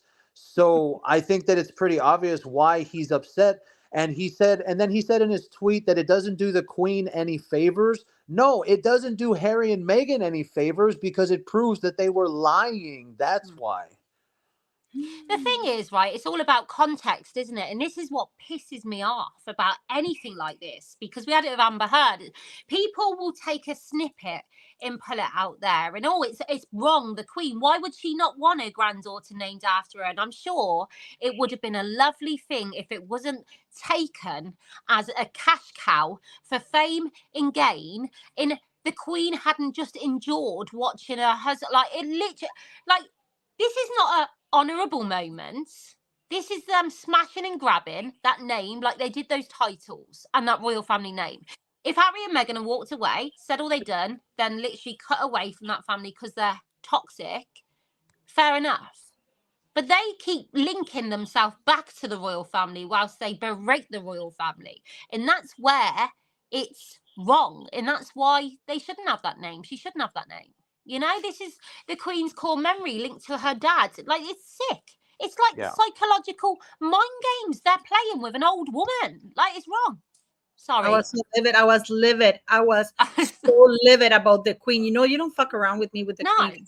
You don't fuck around with any elderly woman. No, I know, but for me, that we're talking about the Queen as a public figure, because we're talking about, but I mean the Queen. I mean, that woman. My goodness, she earned everybody's respect. But I just wanted to ask you, Andrew, and this, why does Meghan Markle is always holding a child that looks that's crying? They don't like her. It's a PR thing. It's everything she does is about emotional pulling the strings, heartstrings. It's all about that, because you want to know what her deal is. We all know that she's very political, right? So all of her tactics come from a political background. Mm-hmm. And what do they do in politics? Oh, if you're a politician, take a picture with a baby, so that way people will think that kids like you. Or like with Meghan and Harry, what do they always do? They always take pictures with black people. Oh, so that way a politician, they don't think you're racist against black people. Like, her tactics are all political, and that's why it's so easy to catch. But, Paula, go back to that picture with the baby crying. Mm-hmm. What do we see there? The other one. This one. Yeah. So how is Lilibet dressed? Is that typical British Catherine royalty with the little patent shoes? It's that constant link back to the royal family. Yeah. In my opinion. You look at that, and that is Kate Middleton's children, the colour match, and this is what pisses me off, because they don't want it, but they need to be a part of it. And this is they are the definition of wanting your cake, having your cake and wanting to eat it. In how? Oh my God! I think I need to get off. But I want to show you guys something, because this really bothered me. Because it's just that, you know, especially now that I'm tried to, and you know what, Andrew, you know what I did? I ordered, because somebody actually suggested, one of my amazing subscribers, they suggested that I, you know, maybe they do this with all the public like actors or very famous people, that they don't give out the birth certificates of the children, right? So I went and I order, and I'm going to post it there because they're actually sending it. It's called an informational copy, because you can't use it for legal purposes, right? It's just for information. So, and I asked the birth certificate of this very famous child from a very famous actress that was born in California, and I'm getting it. Yeah. So apparently it doesn't apply to public figures because it is an informational copy, it's public records, right? So, and they said that they found the thing that blah, blah, blah, that they were going to send me the copy, and, it's going to take 14 days, 14 working days to get it. So, yeah, and when I have it, I'll post it. So you see, guys, it's not standard procedure for public figures. It's just for Meghan because they can't find the record for Lilibet, Diana, Mountbatten, Windsor. Well, that's bad. Yeah, and then let me show you something, because this is something that I've been looking at this for quite some time. You know how they look at the girl here? She has really short hair, and then we see her in that supposedly around that same time. She's got longer hair. Remember when they do that picture? Yeah. Look at here. They want us to believe that this is a Frogmore Cottage. Look. Oh yeah, I remember that one. And look, there's nobody there. They even cut out, this is from their Netflix thing, because supposedly they recorded this at Frogmore Cottage. Do you remember this? Yeah. Wow. Yeah. This is supposed to be Frogmore Cottage. This is supposed to be Lily and Archie, remember? Yeah. And this is supposed to be. Yeah. Yes. But isn't it weird that you don't, what's her name? Eugenie had her kid there. Why was I just saw a photo. Wasn't that on Meghan's mulch, her Twitter? I just saw a photo where someone posted the photo of Eugenie's kid next to Archie. And it's the same child. It's Eugenie's kid, because isn't it odd? Because Eugenie had visited them, remember? Yeah. And we have here this little boy. Why isn't he around his sister? Oh, damn it. What? Damn it. Okay, what? Sorry. No, but what I'm saying is, look at this. Look at this. This thing. See, this is because Eugenie's kid looks a lot like Archie, but look how far. Yeah, look how far away he's from his sister. Usually, and Andy, you have kids. We all have kids, right? Yeah. When you see your kids, they're all around the table. They can't wait to touch the cake. You have to smack them because they all want to touch the cake. Here is Lily with Archie, and I think this is Eugenie's kid. Look how far away they are, and look how Meghan is holding this child. Yeah, for real. It just doesn't make sense. What do you guys think? I think. Sorry, carry on. No, go ahead. No, I was just thinking at this point, because of all they've done, no matter what picture you see, it wouldn't make sense anyway, because they don't make sense to us. And that's pretty much that, I just think no matter what they do, no matter what they touch, no matter what old pictures or old interviews, we will all just be pissed off with it, because it's Harry and Meghan, and we've watched them just be the biggest hypocrites you've ever seen in your life. Oh, yeah. Do you know what I mean? Like these pictures, if they hadn't have chose the lane, no one would have questioned it. That would just be a mom and dad and a birthday. But we haven't seen good people, so we question every part of it because of what they've done. We question them. And you know what? It ain't going to stop. It won't stop until they take a bit of accountability or we see some real justice. People won't stop. And I gotta tell you, I don't know. One of my subscribers already sold me out. Yeah, I did order one of Kim Kardashian's kids' birth certificate, and they're all from surrogates. And I got one of them. They're gonna send me the informational copy of it. Oh wow! Damn. So, yeah, because they're public records. They're not sealed. Everybody knows she used a surrogate. And the birth certificate, we're not going to see the surrogate's name, but because this, Andy, right? You work in law. You know that by the time they get the birth certificate, then you get the name of the legal parents. But everybody knows, because Kim Kardashian has been very vocal and very open. They've been doing their show with, they don't show the name or identity of their surrogate, which is understandable. But in the birth certificate, they verified, and I'm getting one of their kids. So, yeah. And I'm not going to keep getting any more certificates because it's really fucking expensive. But the postman loves you. I bet. Just another random child's birth certificate, Paula. No, but I mean, what really. do you think, Andy? What do you think? You work in law and stuff like that. What do you think about all of this? I think that not we're. I was gonna say we're.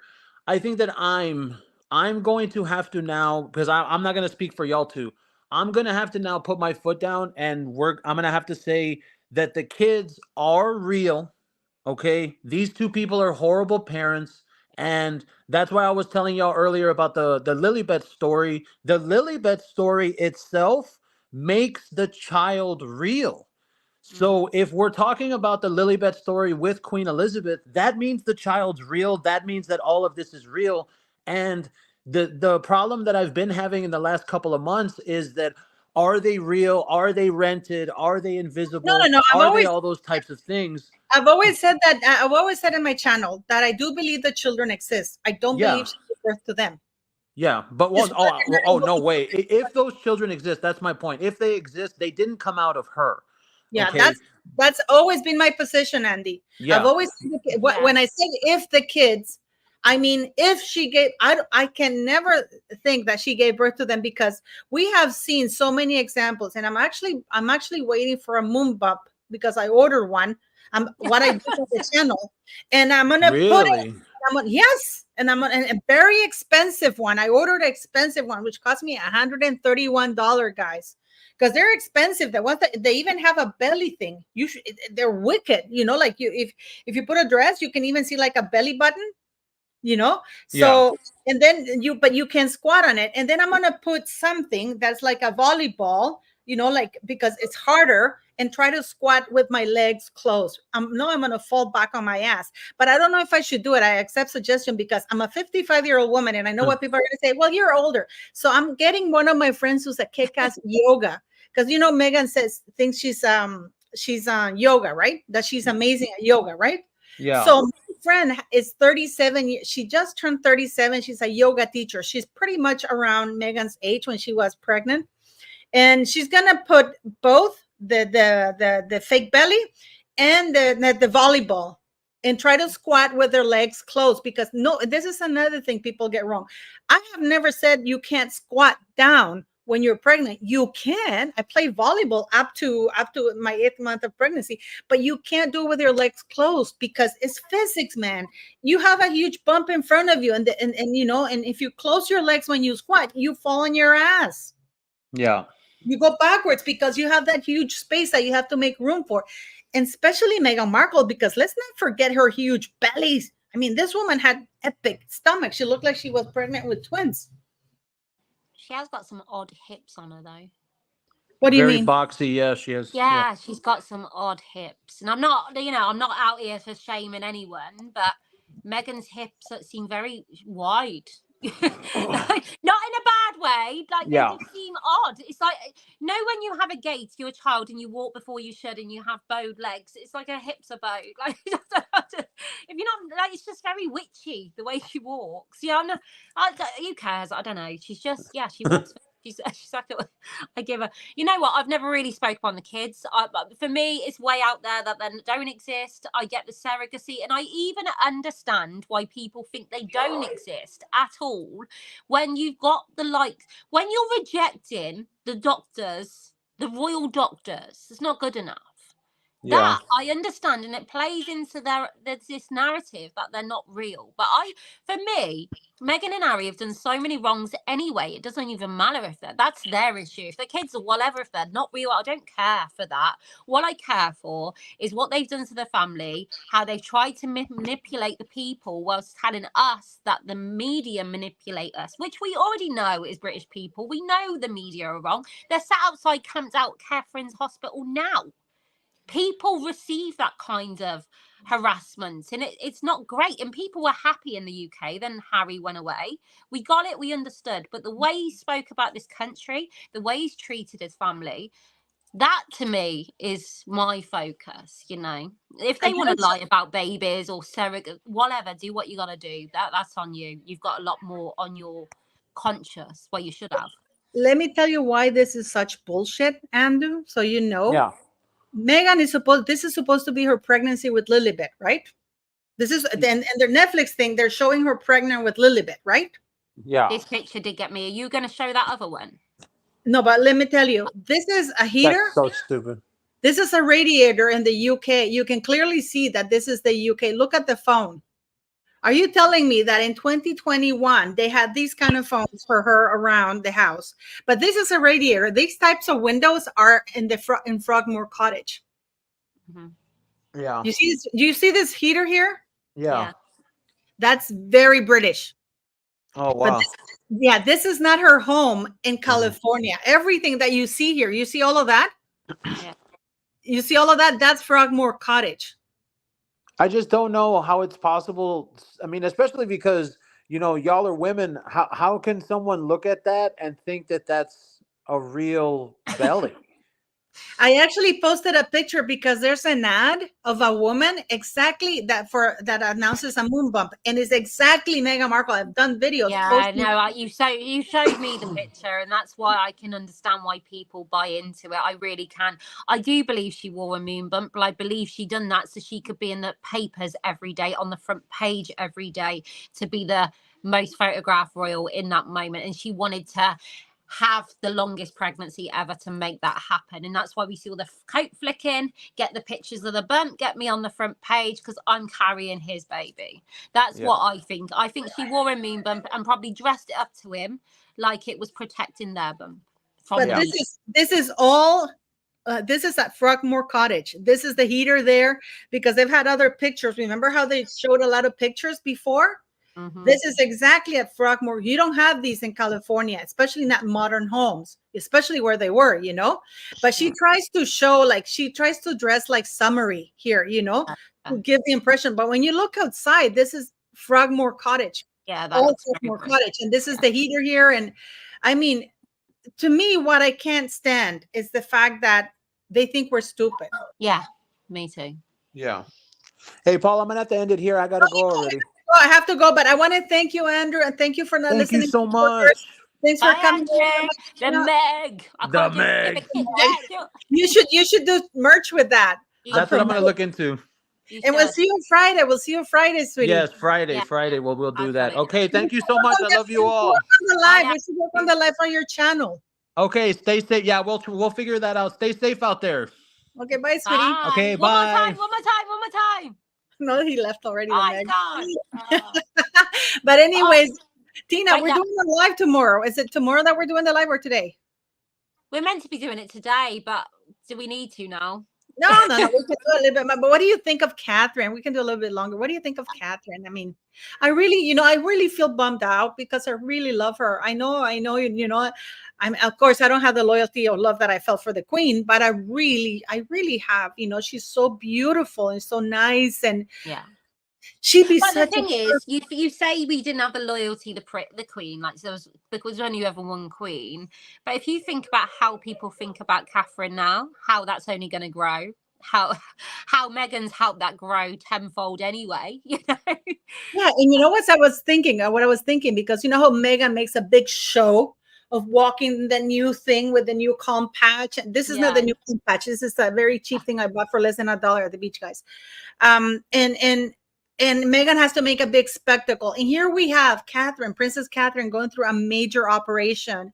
And we hear it after the fact, and she apologizes that it could be, it's inconvenient for other people, Yeah, absolutely. And if that would have been Meghan and Harry in hospital, they would have milked this for they can. And I bet they're really gutted that they didn't get this news first and they weren't able to leak it before them. Do you know what I mean? I just feel like it's crazy. It's sad, but I'm sure we know Catherine's going to be looked after by the best of the best. And that's why, again, people were confused that Meghan rejected all of that life. Yeah. Well, because of course she needed to hide stuff. Yes, she did, and agreed. And it's, I don't know where it's all going to end, to be honest. They need to stop, or they need to take accountability, because I don't think the people will stop now. Yeah, but what do you think about I hope she's okay. But I'm sick and tired of, like this Meghan thing, this thing with Meghan and Harry. And I know he was at the hospital about 12 days ago, know. And what I also do know is that it was Princess Catherine's idea to stop Meghan and Harry from the Netflix thing at the Queen's funeral. Well, they had Netflix there at the Walkabout, didn't they? As well. I see that today. And you just think, but the royal family have had, of course, a hard time because of them. And every tweet I see now, I just sort of tweet, this is because of you, Harry. This is what you've done to your family. And we're frustrated looking on, but we weren't the victims of them and that. But they would have known that they copyrighted the name. So this levels of lack of trust would have been going on behind the scenes for a long time before. And can you imagine William's frustration reaching out the olive branch, doing what was right and what he should have done was having his brother there for the Walkabout, then having the Netflix crew turn up. And Harry claims victimhood because or Ahmed Scriber wrote in his book, it was the quietest, silent 4-minute drive. What do you expect? But people are reading this and buying into this. But actually, strip it back. It's justified. And actually, the day that the Queen died, I'm glad William didn't need to message. What's he going to message him back? It's not his responsibility. Harry's picked his lane. That's not my job to make sure you're okay today. It's to be there for my family. He's almost a 40-year-old man, But can you imagine that? Actually, after we do the live, there's a video I'm posting about this Netflix thing because actually, you'll find out how the royal family found out that they were about to do that. Because I found my friend and I'm hopefully I'm going to get permission to disclose a lot that they've sent me and from the people because. Even though we're not Neil Sean, I do have very good sources, and they sent me people. You're my source. No, 2 people were actually spoke out and they reached out to Buckingham Palace. Buckingham Palace didn't do anything, but Kensington Palace did notify Catherine because they felt that that if they notify William first, he would lose it. So they notified Catherine first because they think she's more level-headed and stuff like that, and clearly, yeah. And even though she wasn't happy there, it wasn't Charles who ordered William to do that, as people think. It wasn't. It was Catherine and William who decided together to call this out. And in spite of that, Meghan still took a camera. But then when they caught her, they said, you're never going. And she even tried to hit back saying that what they did was in a public place, which is true. They were in a public place, but she still clap back saying you can't stop me because I'm in a public place and stuff like that. And they had to tell her, you were carrying out a duty on behalf of the monarchy and you need our permission to show, because for Meghan it's a show. For Harry and Meghan, the King's funeral was opportunity to do a show for ratings for themselves. It's absolutely disgusting.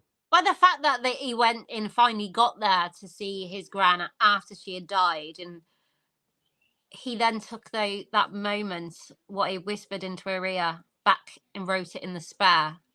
You just is there anything not sacred to you? You didn't know. He's crossed those lines and he's past it. There's no respect. People don't respect. I think for a long time people were like, it's harsh, she's done this to him, but now it's 50-50. You're both assholes. There's just levels. Where's the human? And I did a post today, and then you see that Queen when she stood in front of that fireplace with the bruises on her hands and how frail she looked, and the majority looked at that. No, this lady saying, I don't think Netflix is not about copyright, Susan Hayes. It's about the fact that, for example, Meghan had requested a crew to come with her. And if you notice, I'll post the video later on today, and you'll see as soon as we finish, I'll post the video. Because if you notice, do you, Tina, remember when the aide came and the people have to, my beautiful subscribers here, you have to understand that when people were handing the flowers to Meghan, it wasn't for Meghan. They brought the flowers for the Queen, for them to be placed at the gates for the Queen.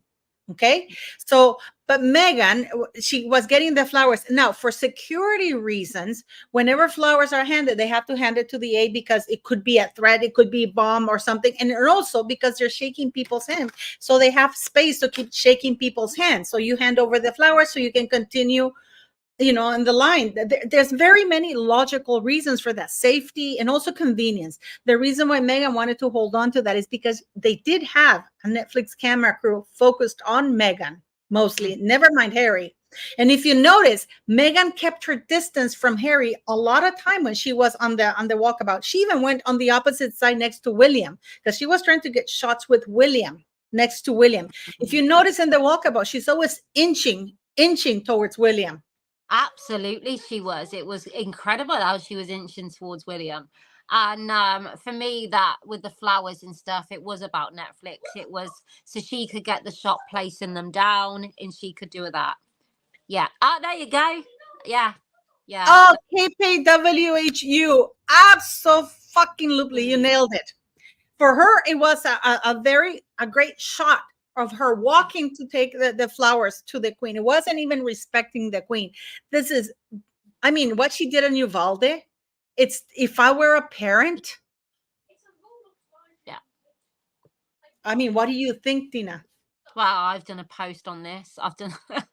It's disgusting, you know, and that's the thing. And actually, if you go Sarah Everard, when she was murdered in England, and there was this mass protest because it was by an ex-police officer, or he's off duty, I can't remember the exact, and she was just walking home and there was a memorial and Catherine just turned up. It's on smartphone, you know, people were gone, oh my God, Catherine's here. There's a difference between turning up with like, she was literally going there to tell the world she was there, not to tell and show those people she was there for them. Like, to have that platform to show up, even though many celebrities from that area did not show up, they just probably donated behind the scenes. It's a moment, and it's like Oprah with her white. It's this gross and disgusting. But when it's children, well, anyone actually, any event you're going to rock up to where you just are doing it for publicity, no. No, but you know, for example, Meghan thought it was going to be like, for example, because Beatrice gave her access to the doll's house. She filmed her. You remember that picture of them walking outside of Kensington Palace or Buckingham Palace after they came and met the Queen, and they have a shot of them walking outside? Who the hell took that picture? Because that's supposed to be a secured area. And here we have somebody, some of their assistants with one of those things. So it looks like it's up from high to the, you know, like that angle. Yeah. Because I'm sure that they would have had those stick, you know, the phone sticks, you know. Yeah, is that the one that was on the Netflix and they were walking out? Yeah, they were walking, yeah. Yes, they tried to blame it on paparazzi, didn't they? They tried to put that shot as paparazzi, but it wasn't. It was no, it wasn't. They have shots. Yeah. They have shots of them in Frogmore Cottage. They have shots of them at the dollhouse from the Queen, and those are intimate. Those are inside pictures and footage that they shouldn't have had, but they had access to. So that's what they wanted to do with the walkabout, the Queen's funeral walkabout. Like that shot of, remember when this is, and I did a video about that. Never mind. And guys, you know, I don't like Charles, but I have to say he's decent at very many things, you know. He's not a bad father. Yeah, he probably was an absent father or whatever for a period of time, but he did love his both his kids, you know. He was affectionate, unlike this wanker Ginger says that he rode bikes with my dad. Charles tried to break generational trauma, and we've seen this from what I've seen and read in Harry's book about how his dad looked down at his plate and said, I'm sorry, I got it wrong. How his dad took him on bike rides, how his dad sat at the end of the bed. It may not have been perfect, but some children are born into a drug addict, into all sorts, into parents that are ill. Like, people have it shit. But what I heard and read out of Harry's mouth is a dad that cared, a dad that tried, a dad took him on bike rides, you know, like, oh no.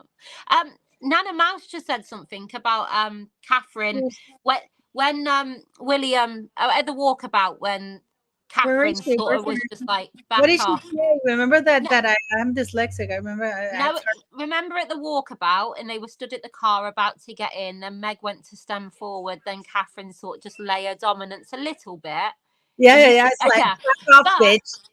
at this point, Catherine wasn't there to see the Queen, and people, yes, it was because the children had school, and that was their granny, who they were an active part of her life, so she would have had to have been at home. However, we all know that The comment, is that the comment? Catherine's look and step forward when Mankey went to hug William was priceless. But Catherine had had enough by that point. She had watched them do all of this.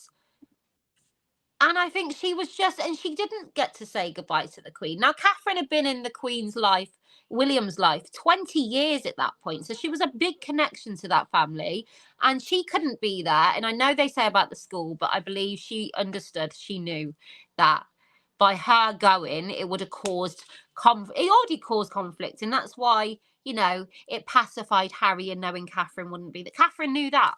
And she was stopped from doing that, really, in order to protect the family, which she did, with just like the Queen did all these years. You know, sacrifice, isn't it? But it's terrible, isn't it terrible? Because what people don't know is that Sophie I think people, you guys know that Sophie was there and Camilla was there, you know, but Harry didn't care whether Sophie or Camilla were there. He just didn't want Catherine there. But and you're gonna watch my video later on, because I talk about this, how petty of him that he was okay, that his only concern was whether Catherine was going to be there or not. It's like, Harry, your gran is dying. But I think that's Meghan channeling it to Harry, because she has amplified, because we all know that he had a lot of animosity, especially after Spare, you know, and how he wanted to kill his dad and stuff like that, you know. So he had animosity towards his brother and his father, but he never had animosity towards Catherine. But I think he has now because of Meghan. He's channeling what really Meghan thinks. I mean, I don't know what you guys think. But then when you see in the book also where he says about the bridesmaids drama, like it's news, and how Catherine's hands, they went white with anger, like the way he's portrayed. Have you not heard that bit? I heard it the other day where he's reading his book and he's doing the narrative. Listen to it. Oh God.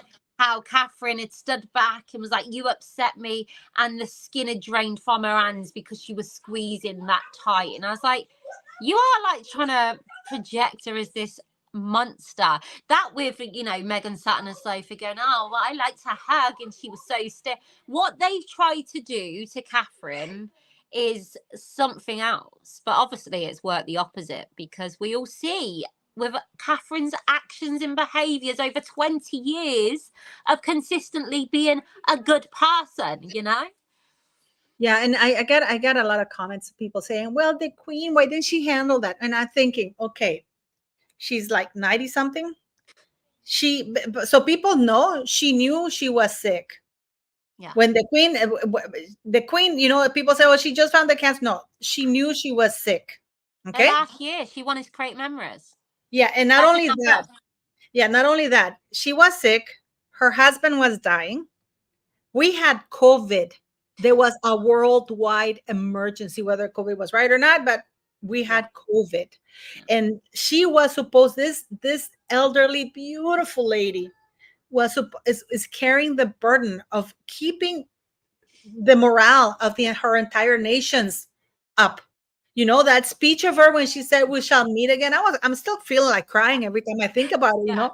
I mean, I cried, guys. You have no idea when she knighted Captain Moore.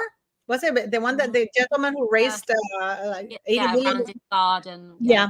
I was crying. I think you guys who've been following me, you saw that video. I don't cry prettily. I mean, I was crying and crying and crying. I was just like, oh my God, you know, this. So when people say, why didn't she deal with Harry? And I think that the Queen wasn't shocked. Yes. Her husband dying, her partner of her entire life, elderly. She also knew she was dying, COVID, and she's dealing with the betrayal of this wanker. And also, she's being gaslit to shit because we all watched that happen. They're racist. implying without saying on Oprah. Everyone took it. Awards and applauds. He took that. Sat on top Bradbury. No, that was the media that said that. You just took an award. But then all of that, then to then go, can we name her after you? What?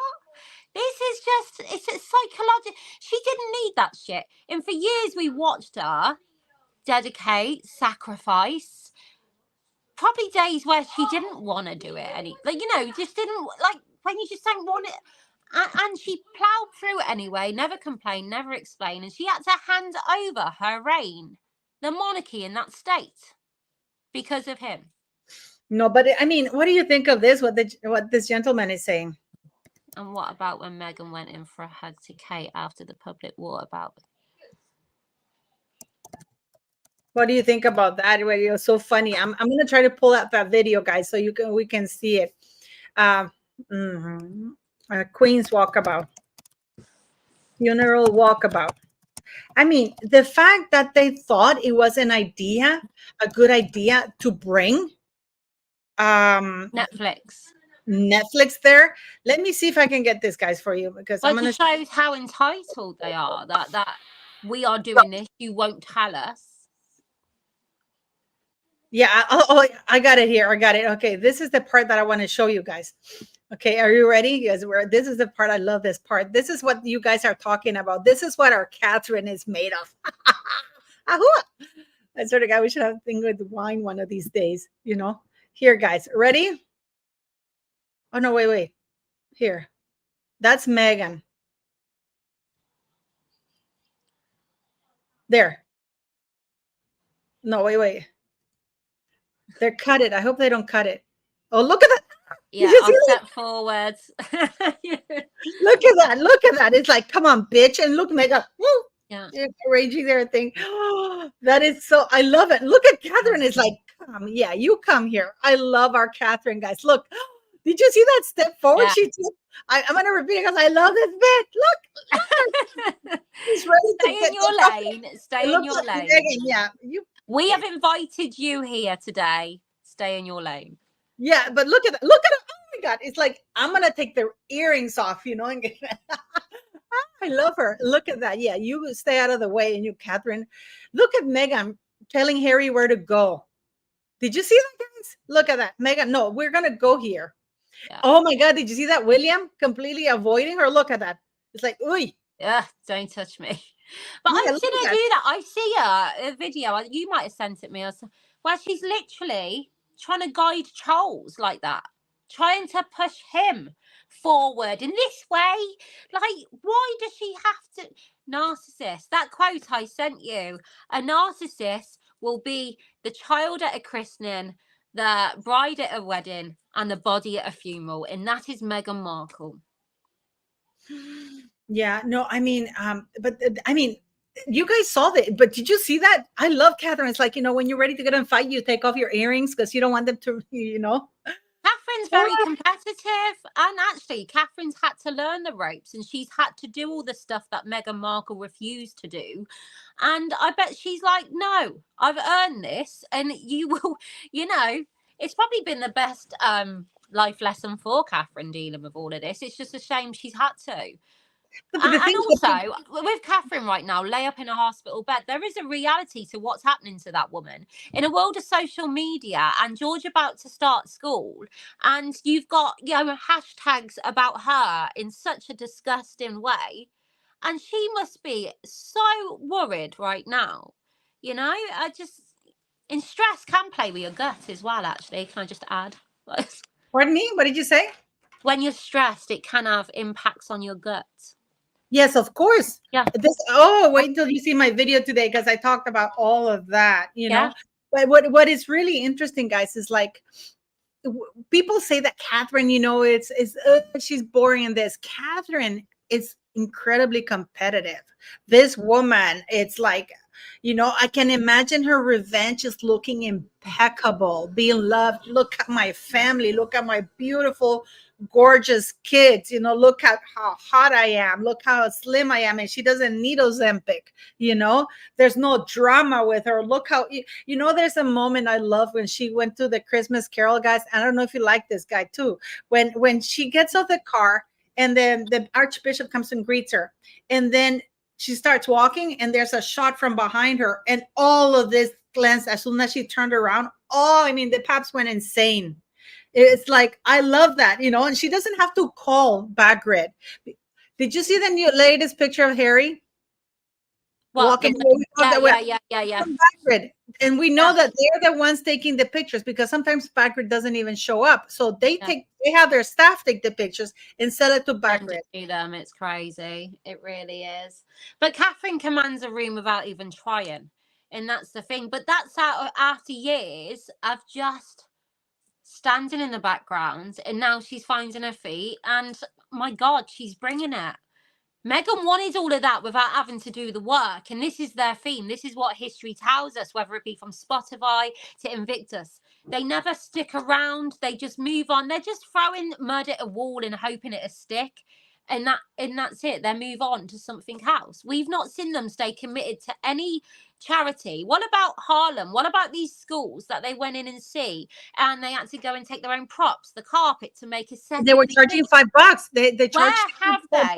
You know what? It would have been summer if they would have still been advertising or plugging that school, but they haven't. They just dip in, use, then move on. But not only that, they charge those children. And keep in mind that $5 is a lot of money for these children, for a lot of people. Right. Here, $5 carries these kids. $5, you can sometimes buy 2 meals, you know, and they force the children to buy the book for $5 at a discount price of $5. So Meghan would sit them on the floor there, and aesthetically, the carpet she's bought in.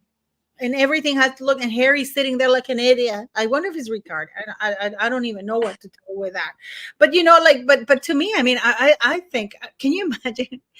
I wish I hope I am alive when Catherine becomes queen consort, because Meghan is gonna lose her shit when Catherine is crowned. And I hope that they have this huge ceremony where they put the crown on Catherine, you know, like there's a big fan. Do you know what? Right. I think Britain will just be lit. Everyone will have a street party. This ain't going to be half. This is going to be all. Like, this is going to be. And you know what? I want that for my children. A lot of people don't think we're the monarchy, but what's the alternative in this country? Like, don't get me wrong. If it wasn't Catherine and William, I'd be questioning it. But no, I want my children to experience that, you know? So yeah, the streets will be lined when them two come to be king and queen. But can you imagine? I literally imagine Meghan Markle throwing her shit. I don't think, you know what? People say that she's afraid to go to England. She doesn't go to England because she doesn't want to bow to Catherine. That's it. Yeah, that's it. And she don't want to face the shit. She can't control England's anymore. Can you imagine? I can just, I swear to God, guys, we will hear endless story of, and you know what I was thinking? Did you watch, this is very pathetic, and you guys, please let me know. Please let me know.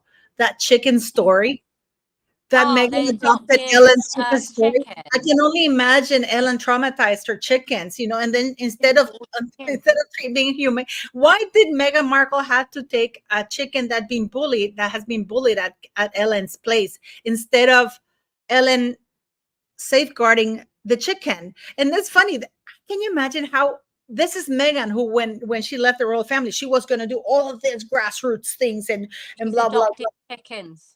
And now she's there adopting Ellen's bullied chicken. You know what I would say, though, with one owner being Ellen DeGeneres, then going on to Meghan Markle, that chicken is welcome anytime at the aftermath, once it's done.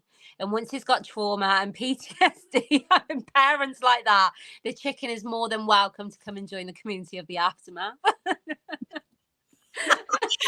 me not room for the chicken. But like, seriously, how embarrassing. That with buying awards, it's just I think it's everything that goes against being the majority of British. Like, it's just cringe. It's cringe fest.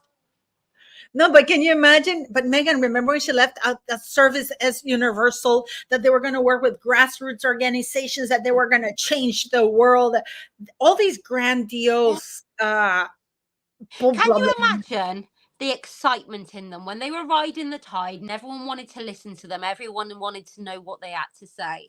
But I hope it starts to dawn on them soon that the only reason they were listening to you was because of the royal family.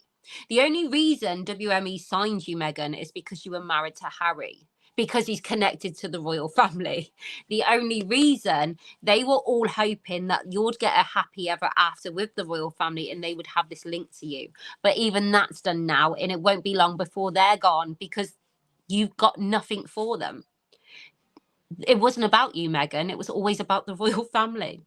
No, but but can you imagine? And Elke said chickens are used for Santeria, which is true for voodoo.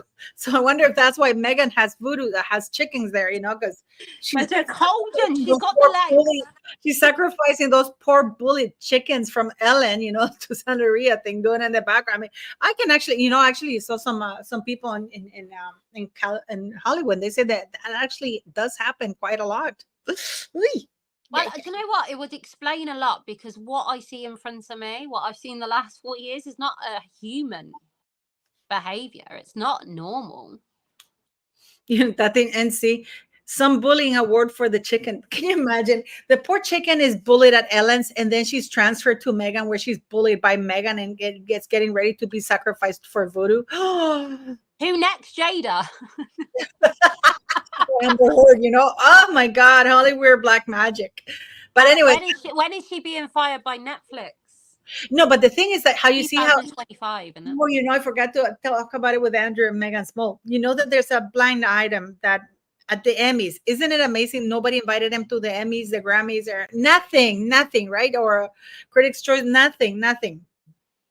And then apparently this blind item is that Meghan thought she contacted a super A-list director to direct her Meet Me at the Lake movie, because you see, if you get a hotshot director, you are able to get a proper A-lister, because some A-listers like to work with this.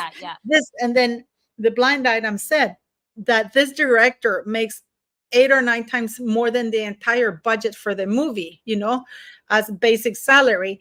But Meghan thought that it was okay to approach him because he would be honored to work with Meghan, the Duchess of Sussex, of who she was. That he would waive the fee for the chance to work with. She's not like I mean, but can you imagine? And things really get to her head. I mean, and this is people want this woman to. We are talking about the woman who, when she had her first role on Suits, used to turn up, I don't know if I can say it, with a baseball cap, like head down. It blows up bigger in her head, as we've seen, it blows up bigger in her head, good or bad. It's like narcissism at the highest, But can you imagine? But that gives you an idea of where this woman thinks is. It's me. That important. Special.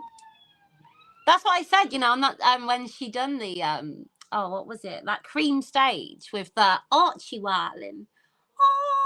It was a bit like, we are here. Appreciate us. And it's just so far from the royal family. And you know what? I've done a post on it before, actually, where the royal family have done loads of work to progress themselves, so they're sort of in touch and distance of the people, and to include the people, because they need the people to remain where they are. They understand that. Harry and Meghan, what they're doing, sat on the stage away from the people with this elite and lavish. No one wants that.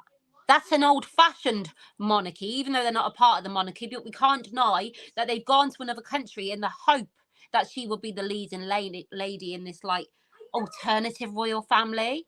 And people don't want that. You're taking it back. They've caused divide, and in my eyes, taken racism back years, the progress that have been made by doing what they've done. And they're trying to they want to be above, looking down. Yeah. And, Polonia says, apparently William told Harriet to sober up quickly that morning, the funeral walk. Actually, that's on my video too. They were drinking. And there was a staff member from Meghan's, a former staff, this person has quit, who called Buckingham Palace first, and then because they didn't get that, they communicated to somebody Buckingham Palace and they didn't get a response, so they contacted Kensington Palace, and this is a former staff. And also, that because Harry and Meghan were they were in Europe for other things, remember? But once the Queen died, then they were told that they were under the protection of the royal family because they were asked to stay there for that particular thing, so they got protection, bodyguards, from the state, because they were there. Now they were there for that period of time for the Queen's funeral at the invitation of the king. So it was one of the bodyguards that assigned to them that notified Kensington Palace, because the staff, the former member staff, warned him about it. And that's how they got in touch with Catherine. That member of staff is no longer there, but they were told that Harry and Meghan had been drinking. And if you look at them, they look at it, they look disheveled. Like, and Meghan is like, and Harry, they're like, it's really, really terrible, guys. But I mean, what do you think of all of that? I mean, what do you? This is the first I've heard of that. But I'm going to go and have a look now. Just watch them. I'll send you the link with the walk, and you'll see them. Yeah, send me the link. But it is. I just feel like at this point, nothing is. It's impossible, isn't it? At this point, because Meghan even almost fell down. I did a video. I did a thing on I did a video and I showed Meghan almost slumbering. Because she's trying to get somebody. You can see her. She's like Rambo, weaving back and forth, trying to hold on to something. And it's like, wow. Well, if they were, what an absolute disgrace. No, they were. But it's I think they sobered up and they gave him a little cadets, both of them. But can you imagine Harry talking about how long that drive was? What was it? 180 seconds? Yeah. Yeah. What, the walkabout you on about? Oh, the funeral. Yeah, when Harry wrote in the book, it was the longest 180 seconds. Do you know what? Come on. You fucking talk if you're in that car with Harry and Meghan Markle.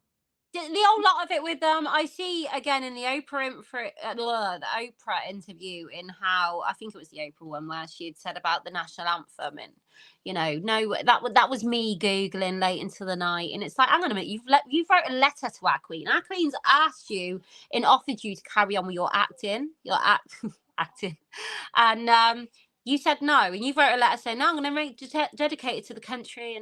And how is this become an issue? How is this a problem that people haven't shown you, a grown-ass woman, the national anthem? Yeah, you should be Googling it. Work this shit out, But even that she takes and creates herself a victim of, And it's just like, ugh.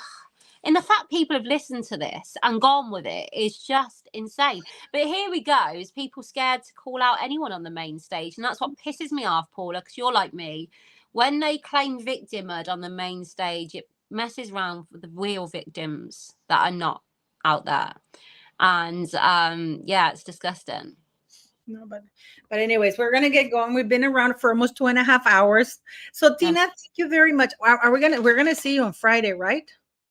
Yes. We should do lives on your channel. Yes, we do need to do more. Do you know what? I'm trying to find, my older son's come and moved back home. So it's like different shift patterns. And yeah, my life's just gone crazy. I'm not in a flow right now. I do want to, while I'm on here though, because I have swore a little bit and I've been on a bit of a rant today. So I apologize to anyone. No, don't apologize. Are you kidding? I love you. Don't apologize here. And also, thank you for the well wishes on the comments. I've seen them, but it's hard to, COVID's gone. Thank God. So, thank you. My goodness.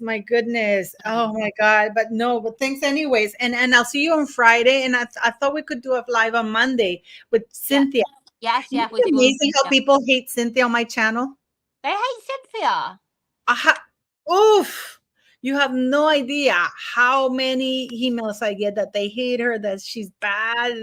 I get every time I have a, that they hate P. Dine on my channel. They tell me that she's a sellout, that, because she's black and is criticizing me. I mean, that's what I mean by taking it back, because I see many people being called out over it, and it's just created a divide worldwide, doesn't it?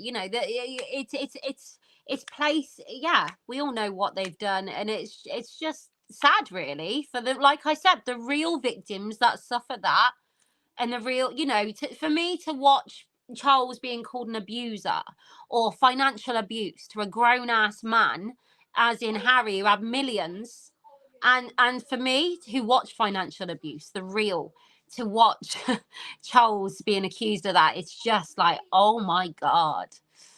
No, but I always say that, let me see. Thomas Markle, where was it? Thomas Markle, I didn't see Thomas giving us a compliment here. Did you see Thomas here? Ginger, text. Huh? It says read your text. Compliments. Yeah, that's Ginger who told me that. But Ginger says that Thomas Markle gave us a shout out. I haven't. Oh, it's Tom on here. I didn't see him in the chat. Oh, Tom, if you were here, I'm sorry I didn't see you in the chat. We'll see you on Friday though for the super live, for the live. So guys, he was doing a live. Oh, I should have asked him. I just I didn't know if he was up and about. But anyways, thank you, Tina the Aftermath. We're going to be doing lives on Tina's channel, Megan Small and Andrew, because we're growing the community. We do support each other, guys. But yes, I want to thank you for all your support, and go subscribe to Tina's channel. I'll leave her link here when we're done. I'll leave it in the comments. And please, thank you very much for coming here, Tina. And I'll see you on Friday, but we'll chat more. I'll send you the links on WhatsApp. Okay. Thank you, Paula. Thank you for having me. Bye, all. Guys. Bye. Well, anyways, guys, thank you very much for having joined. I know many of you were upset about my comments, but hey, that's how the cookie crumbles. I'm not perfect. I know you may disagree with some of my views. I know you may disagree with some of my my, how do you say, the guests I have, but this is my channel. This is, and for the people who don't like my guests, I find it very disrespectful when you say that. I understand that you don't like them. You don't necessarily have to watch them. I do appreciate all of you.